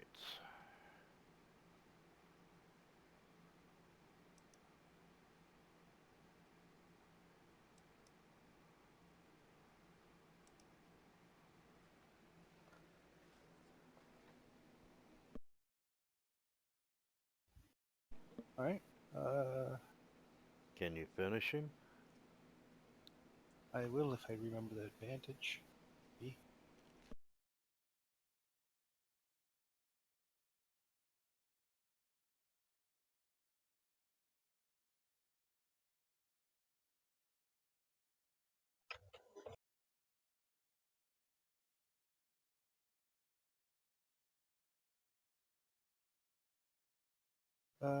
Let's do flurry of blows.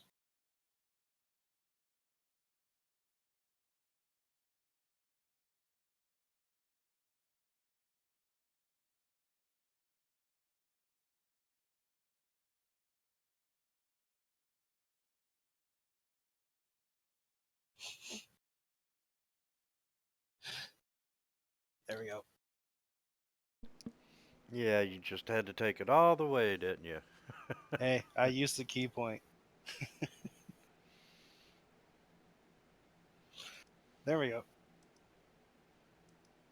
Okay. And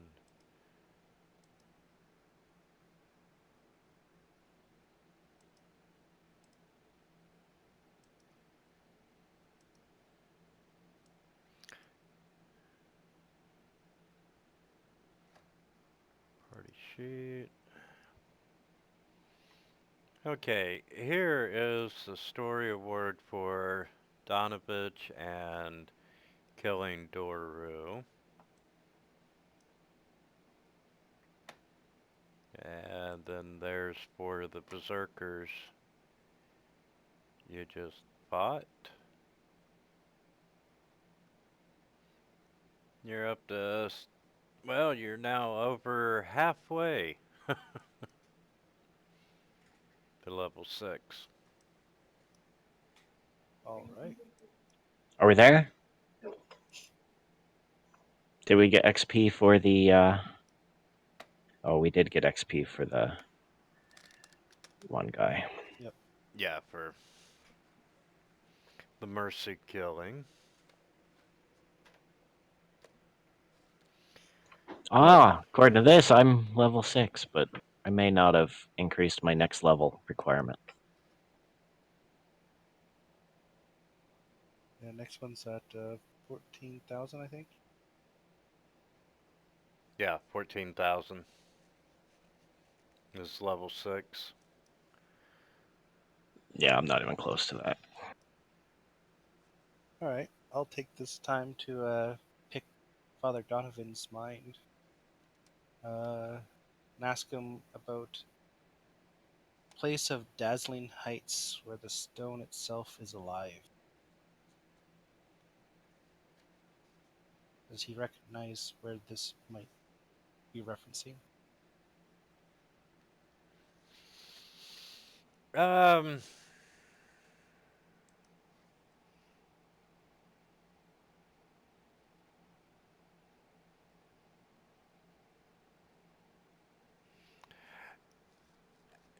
you know, he's talking about dazzling heights, and there's several places that you know have tallest mountains, but you know some of the highest points in Barovia are the castle towers at Ravenloft themselves.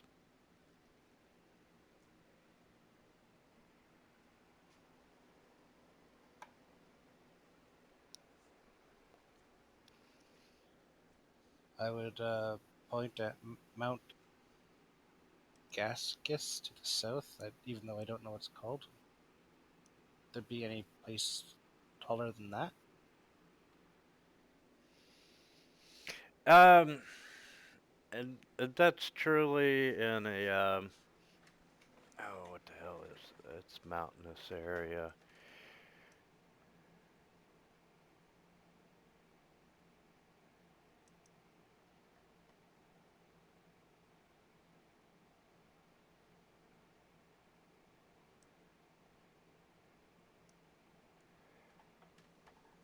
Um, no, that is definitely a taller region than where the castle sits, but it's so remote and inaccessible that you know he doubts very seriously that that would be it.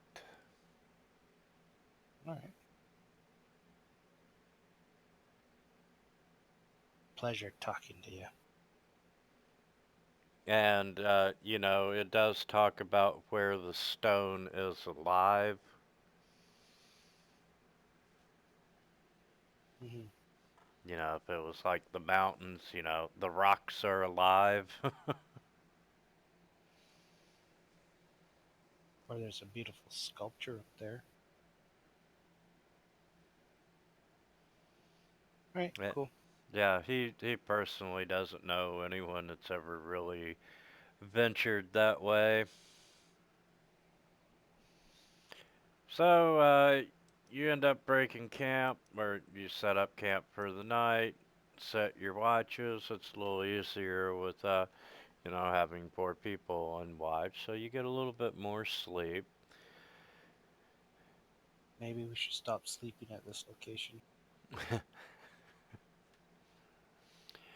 And, uh, you make your way on up to, Wallachia.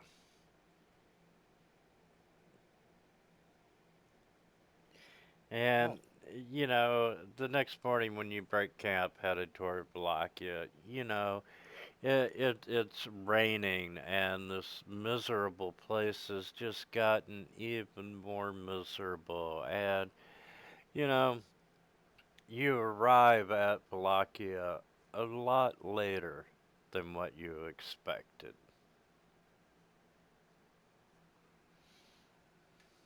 oh, great. Are the gates at least open? The gates, when you get there, y- you're in luck. It's the same guard that was on duty when you first arrived with the burgomaster's wife, Anna. Oh, nice. So he has no problem letting you in, and you are now inside the town of Wallachia. Is there anything you want to do before you locate the burgomaster's wife?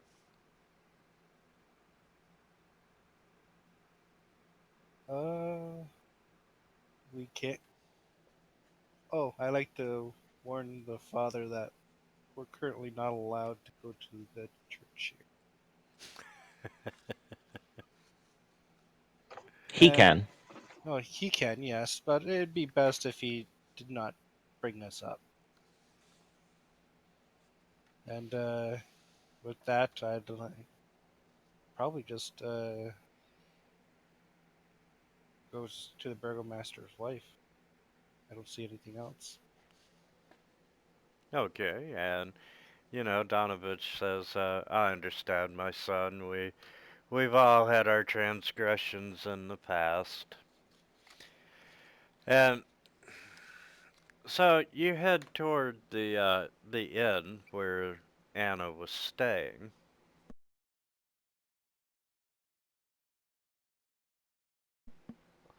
and you go in and you're talking to the front desk clerk, telling him that I am you. so sorry, folks. Did we finish it? We had one of the parents came and they brought their puppy Mastiff, who ran around with my puppy Boxer and my older Boxer. So, Oh, too funny. so Yeah, did we they finished the awesome. battle. We're back in Balakia trying to locate the burgomaster's wife. Why is she not at the inn? We just got to the end. Okay, very good. And you're telling the front desk clerk that you're there to see Anna and so forth. And the clerk gets a little weird look on his face, and it's like, I'm terribly sorry, sir. She's not here. Well, that's not an acceptable answer. We left her here. She's your responsibility. That makes me very irate. I take out the hammer and start tapping the hammer on the forcefully tapping the hammer on the desk. And When did you last see her? well, sir, she checked in when you all come to town, and she went off on some errands, and she come back and was very excited and said, I'm not going to need my room after all. That she had found what she was looking for, and she went ahead and paid for everyone's rooms for the one night, but they never stayed. They hitched up the wagon that evening and left. Which way did they head? Sir, as far as I know, she was going home. Do you know which seamstress she ended up using? Did she mention it? Uh, I know she talked to several, and then she made a comment that she was uh,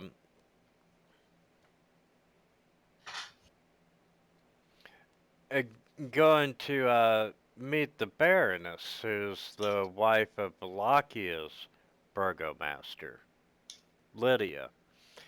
And next thing I know, she come back and said she had what she needed and that they were checking out.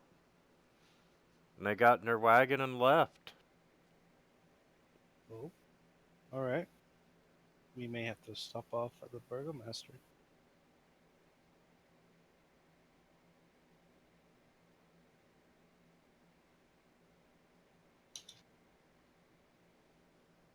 All right, well, let's go see the Burgomaster. Okay, actually, you're looking for the burgomaster's wife, who's easier to find than the burgomaster. And you explain to her who you are and that you're looking for Anna, and she's like, "Oh, what a lovely young lady, or lovely woman." And well, she come to us saying she needed a special wedding dress, and she had talked to a couple of the seamsters in town, and they were unable to help her. But one of them mentioned that, my personal wedding dress might fit the bill. So she come to see me about it, and well, my husband, it, he wouldn't allow it, and he couldn't care less about what's happening in Kresik. Wallachia is his concern. And, he said no, that she couldn't have it. And, Anna started to leave kind of heartbroken. And I walked out with her, and, I told her I disagreed with my husband. And you can't tell him this. You can't tell him. You got to swear that you will not tell my husband what I'm about to tell you. Okay. And she says that she went ahead and gave Anna her dress. It's very kind of you. Do you know what direction she went afterwards? Yeah, she said, uh, Kresik really needed help, and that, she was taking this dress back, and she had a couple of guards, and that they weren't going to wait on you all to return.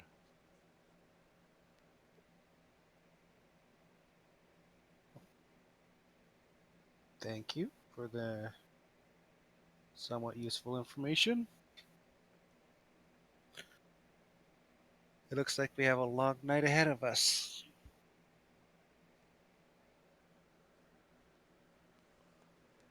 Shall we head out and see if we can catch up, or should we stay another night? I'm talking to Ulrich and Kirk. Yeah, it's been a long, miserable day.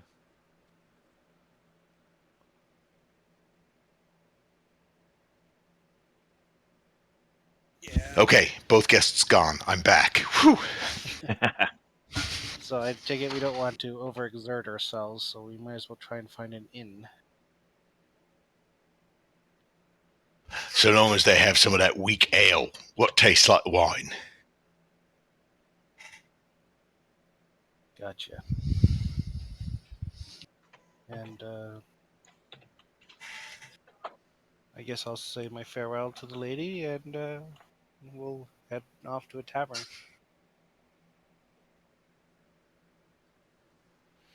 Okay. So we think the burgomaster's wife returned back home with the loaned dress? Yes. Yes, she was excited, and she had two guards, so she wasn't worried about the trip, and she was not going to wait on you all's return. Okay.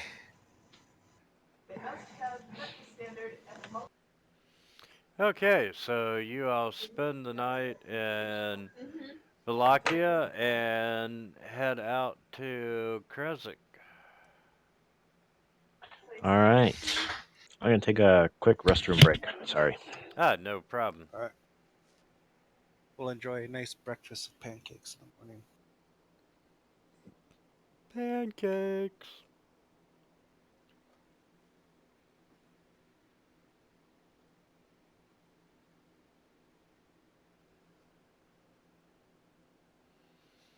I'm gonna let him return before I pick up.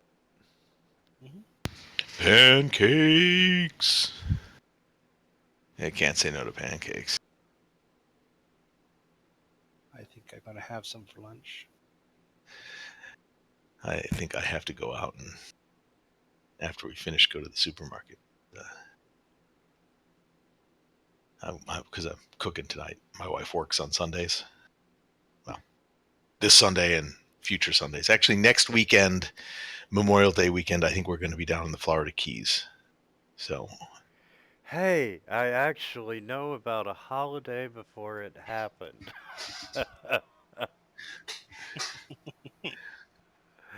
uh, okay, so no game next Sunday. it is Memorial Day weekend. Yep. Oh, well, we have Victoria Day this weekend. So I get this Monday off, but I have to work next Monday. And I'm gonna go ahead and discord that.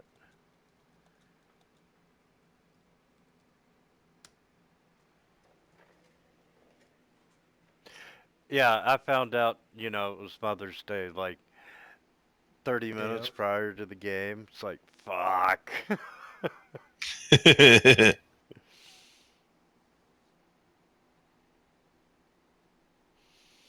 And of course, being a home-based business, days just blur together. Oh, I know.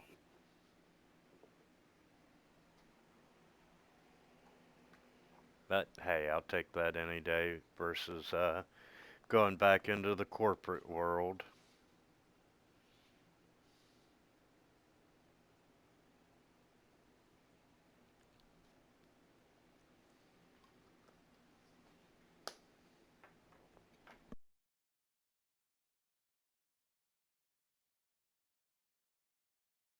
My current job doesn't turn out, I'm gonna start up my own business again.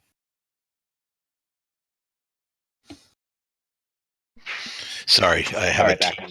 Yeah, I got a team that's flying to Boston. One of them's from Seattle, one of them's in Dallas, and apparently the weather is sufficiently terrible that the flights have been canceled through Dallas.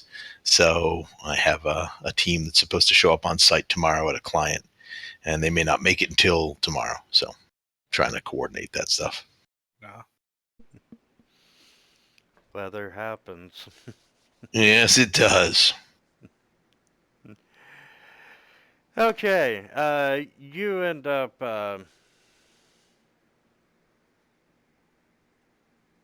you spend the night in Balaki, and you head back to Kresik. And when you get back there, you can see some damage has taken place in the town. And it doesn't look like there's people injured, but anywhere there was like food, the bakeries and the little markets, uh, they have been ransacked and destroyed. Uh, Pig pens, you see the pig pens, you see the knocked down fences, but you're not seeing any pigs.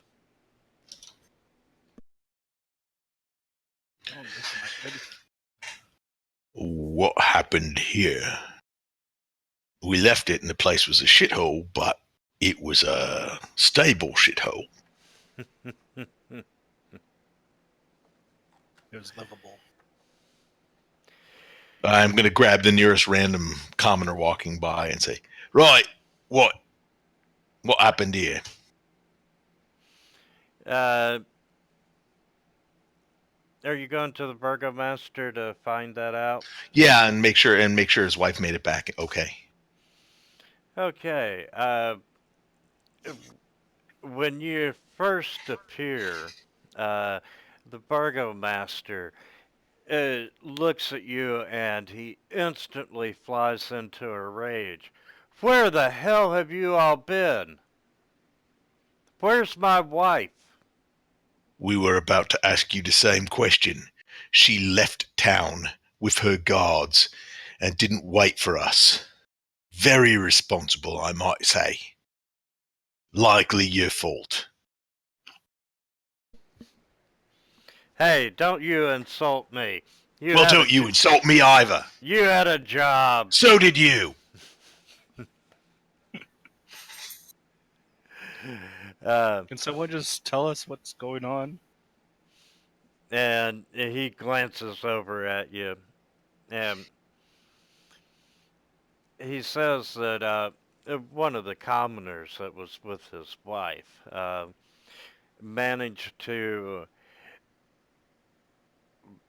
run back to town, and that she reported that they had been attacked during the night just a couple of miles outside of town on their way back.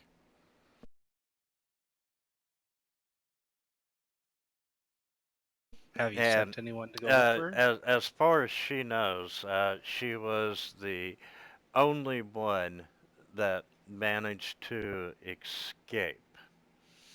And upon hearing this, naturally the burgomaster sends more villagers out to find them. And, well, none of those villagers returned. The lost, dead, no one knows. They just went missing. So,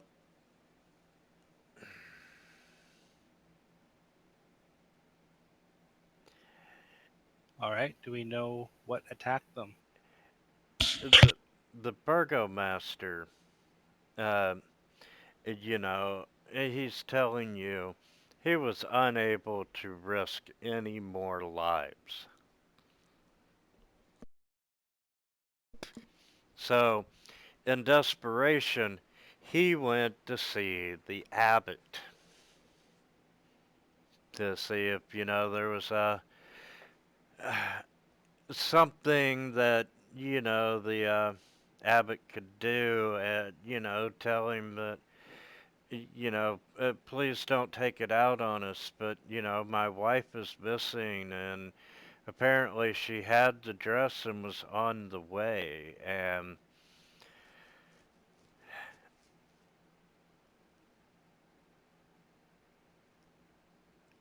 the abbot was furious that we had acquired a suitable wedding dress and managed to lose it. He didn't care about my wife. He didn't care about the villagers. All he cared about was the dress. And uh, he threw me out of the abbey. And on the way out, he said something about divine retribution as punishment. Well, the following evening, um, all these mongrel folk descend out of the abbey and they're invading the village. And they didn't, thank God they didn't harm anything, but they stole the pigs and the chickens and anything that was editable, they took.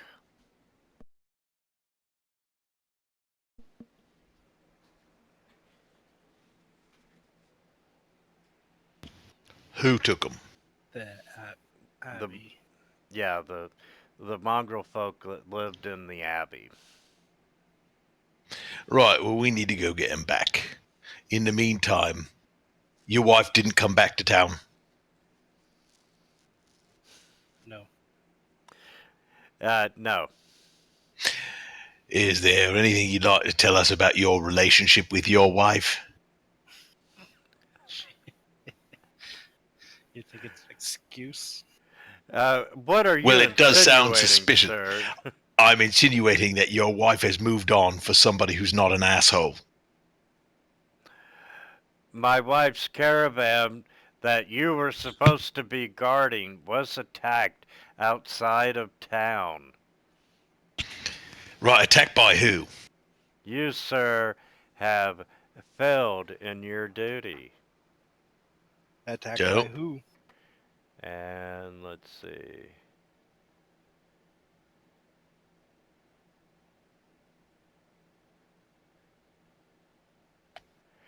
Uh,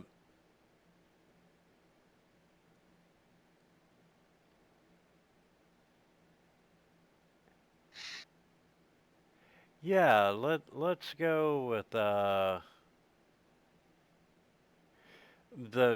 lady that did survive. Uh, said that they were attacked by werewolves. Right, so we gotta go bash some werewolves and get your wife back and get the dress back.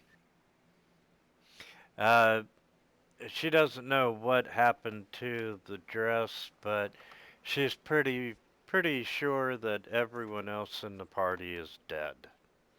That's why he went to see the abbot. All right. Right, lads, do we want to go see the abbot and tell him not to be an asshole, and then go back and try and find the wife in the dress, or her remains in the dress? Well, I guess we have two choices. We have to get some of the food back for the townsfolk, or we need to get the dress for the abbey for the food. Well, since the abbot wants us to get the dress, I would suggest we have that as leverage. Plus, also, we could remind him not to be an asshole. Oh, yes, yes. The Morning Lord does not suffer assholes. He is a strictly non-asshole deity.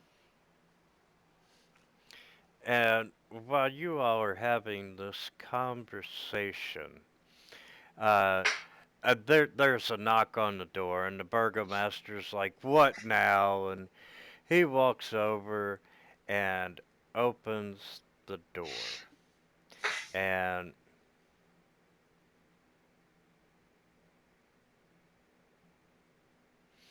uh, there is no one there, but on the doorstep is a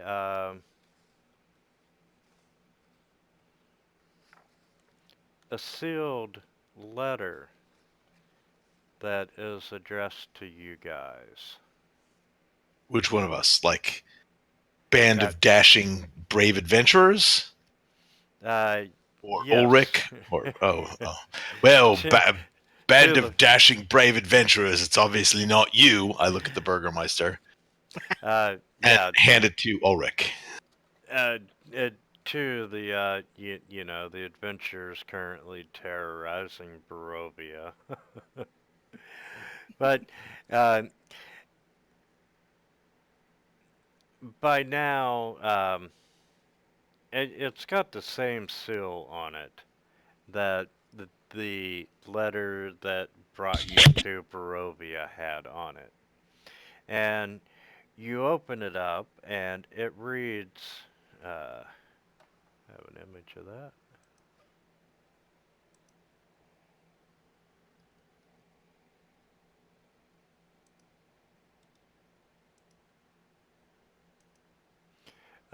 My friends, know that it is I who have brought you to this land, my home, and know that I alone can release you from it. I bid you dine at my castle, so that we may meet in civilized surroundings. Your passage here will be a safe one. I await your arrival. Your host, Strahd von Zarovich. How Right. far away is the castle from here? I think it's Uh, back on the other side of Barovia. yeah. Well, I don't think we're going to make dinner tonight. I would suggest that we recover the Burgomaster's wife and dress or remains thereof, before we go meet Bitey Von Fancy Pants. Sounds like a plan to me. How long do you think he'll keep dinner warm for us? Well, given what he eats, I expect dinner is going to be warm all the time. Well, uh, uh, you. He would know that you are a couple days' journey away to begin with. He knows So, everything. well, I mean, it is his land. He knows how far it is, and he had to send a messenger to Kresik to find you, so he knows that it's 2 days out.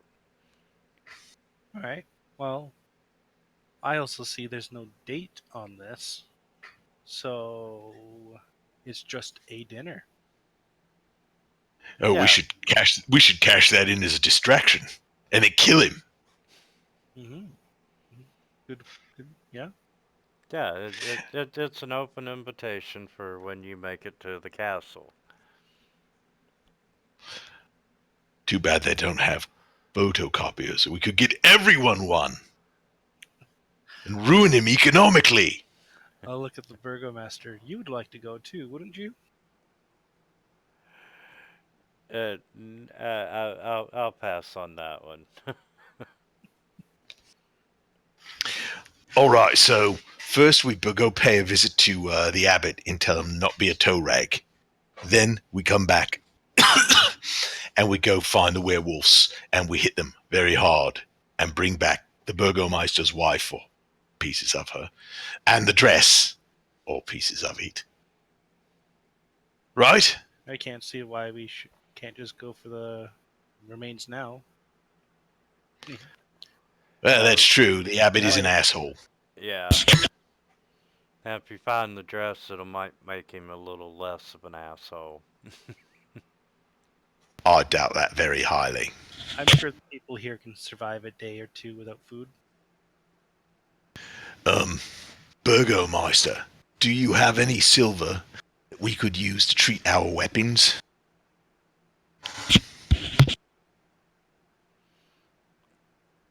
Yes. What is it in this game? Silver Sheen? Does that exist in 5e? It I don't does. know. I have to look up on how much it costs. Well, the Uh, kind Burgomeister is going to cover the expense. uh, he does have 2 vials of Silver Sheen that you all can coat a couple weapons with. And seeing as you've got a magic weapon already, Mathis, probably we should silver our weapons. Oh, I'm good. Yeah, I don't need it. All right, we'll take those and we'll silver up our respective warhammers.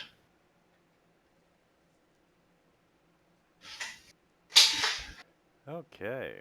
So that just adds the silver to it, to its Correct. damage. Yep.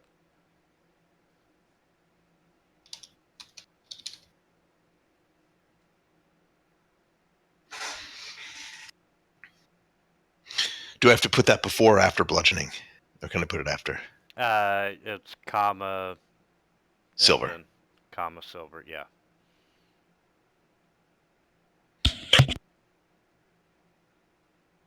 100 gold pieces each weapon, or 10 pieces of ammunition. Oh, that's fine. You can take whatever. I don't even know how much money I've got. Oh, I got enough. Yeah.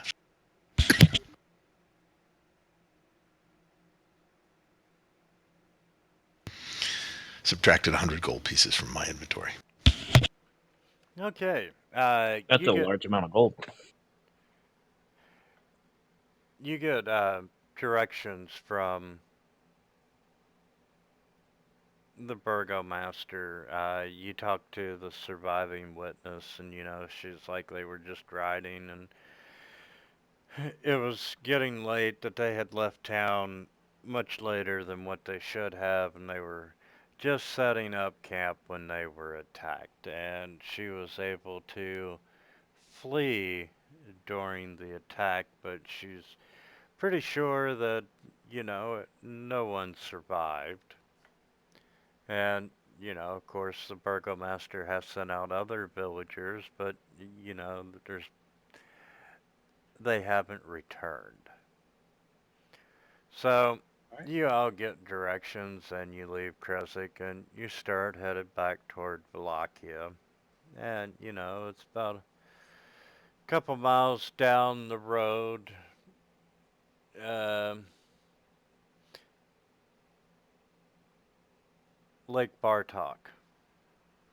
Ah, Um, you can see the remains of the wagon. You can see signs of a struggle. You can see some bloodshed. Um, you are not finding any bodies. You're not finding any clue to the fate of the missing villagers who went out to find them. I would like to look for any kind of tracks. Uh, you are able to see large dog prints, wolf prints that, they're large enough that you figure they were probably made by werewolves if such things truly exist. Right. But searching around in the back of the wagon, you do find a dress box containing a beautiful wedding gown. Wow, I think this place is getting to me. I just thought that we could just take the dress and go, but I think we should look for the burgomaster's wife. I agree with you 100%. She might be stupid, but still, that's no excuse. Um, you start following the wolf tracks, and after a couple of 100 feet, you start to lose the tracks, and they become harder and harder to follow, and eventually the trail just goes cold. Can I attempt to decipher the direction they were going for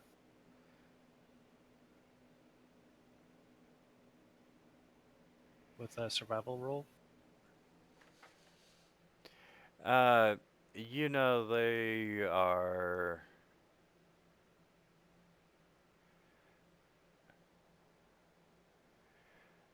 that they were going north along Lake Bartok, All right. northwest, probably over the mountain back into the woods.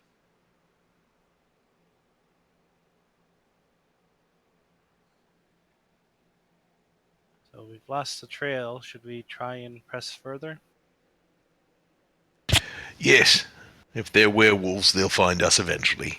And then we can beat the answers out of them. All right.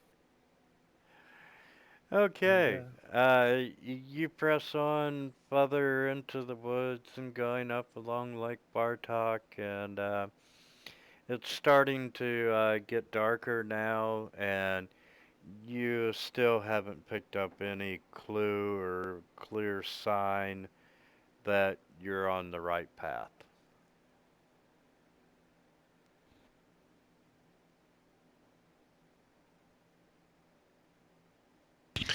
This feels suspiciously like a divine presence is telling us not to pursue this any further. Nor are you on an established trail. You're walking through the woods.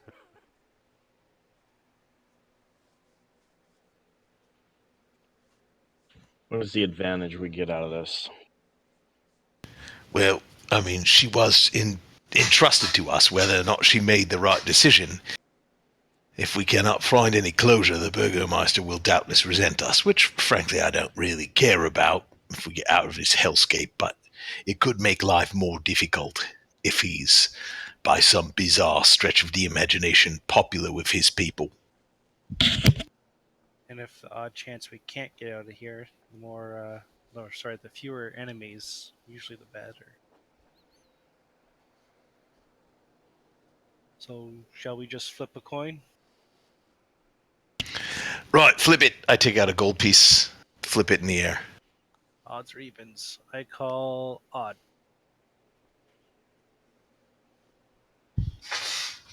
That we continue going. Ulrich, how'd we keep going? We're going to defy the DM and keep wandering into the woods. Yes. Uh,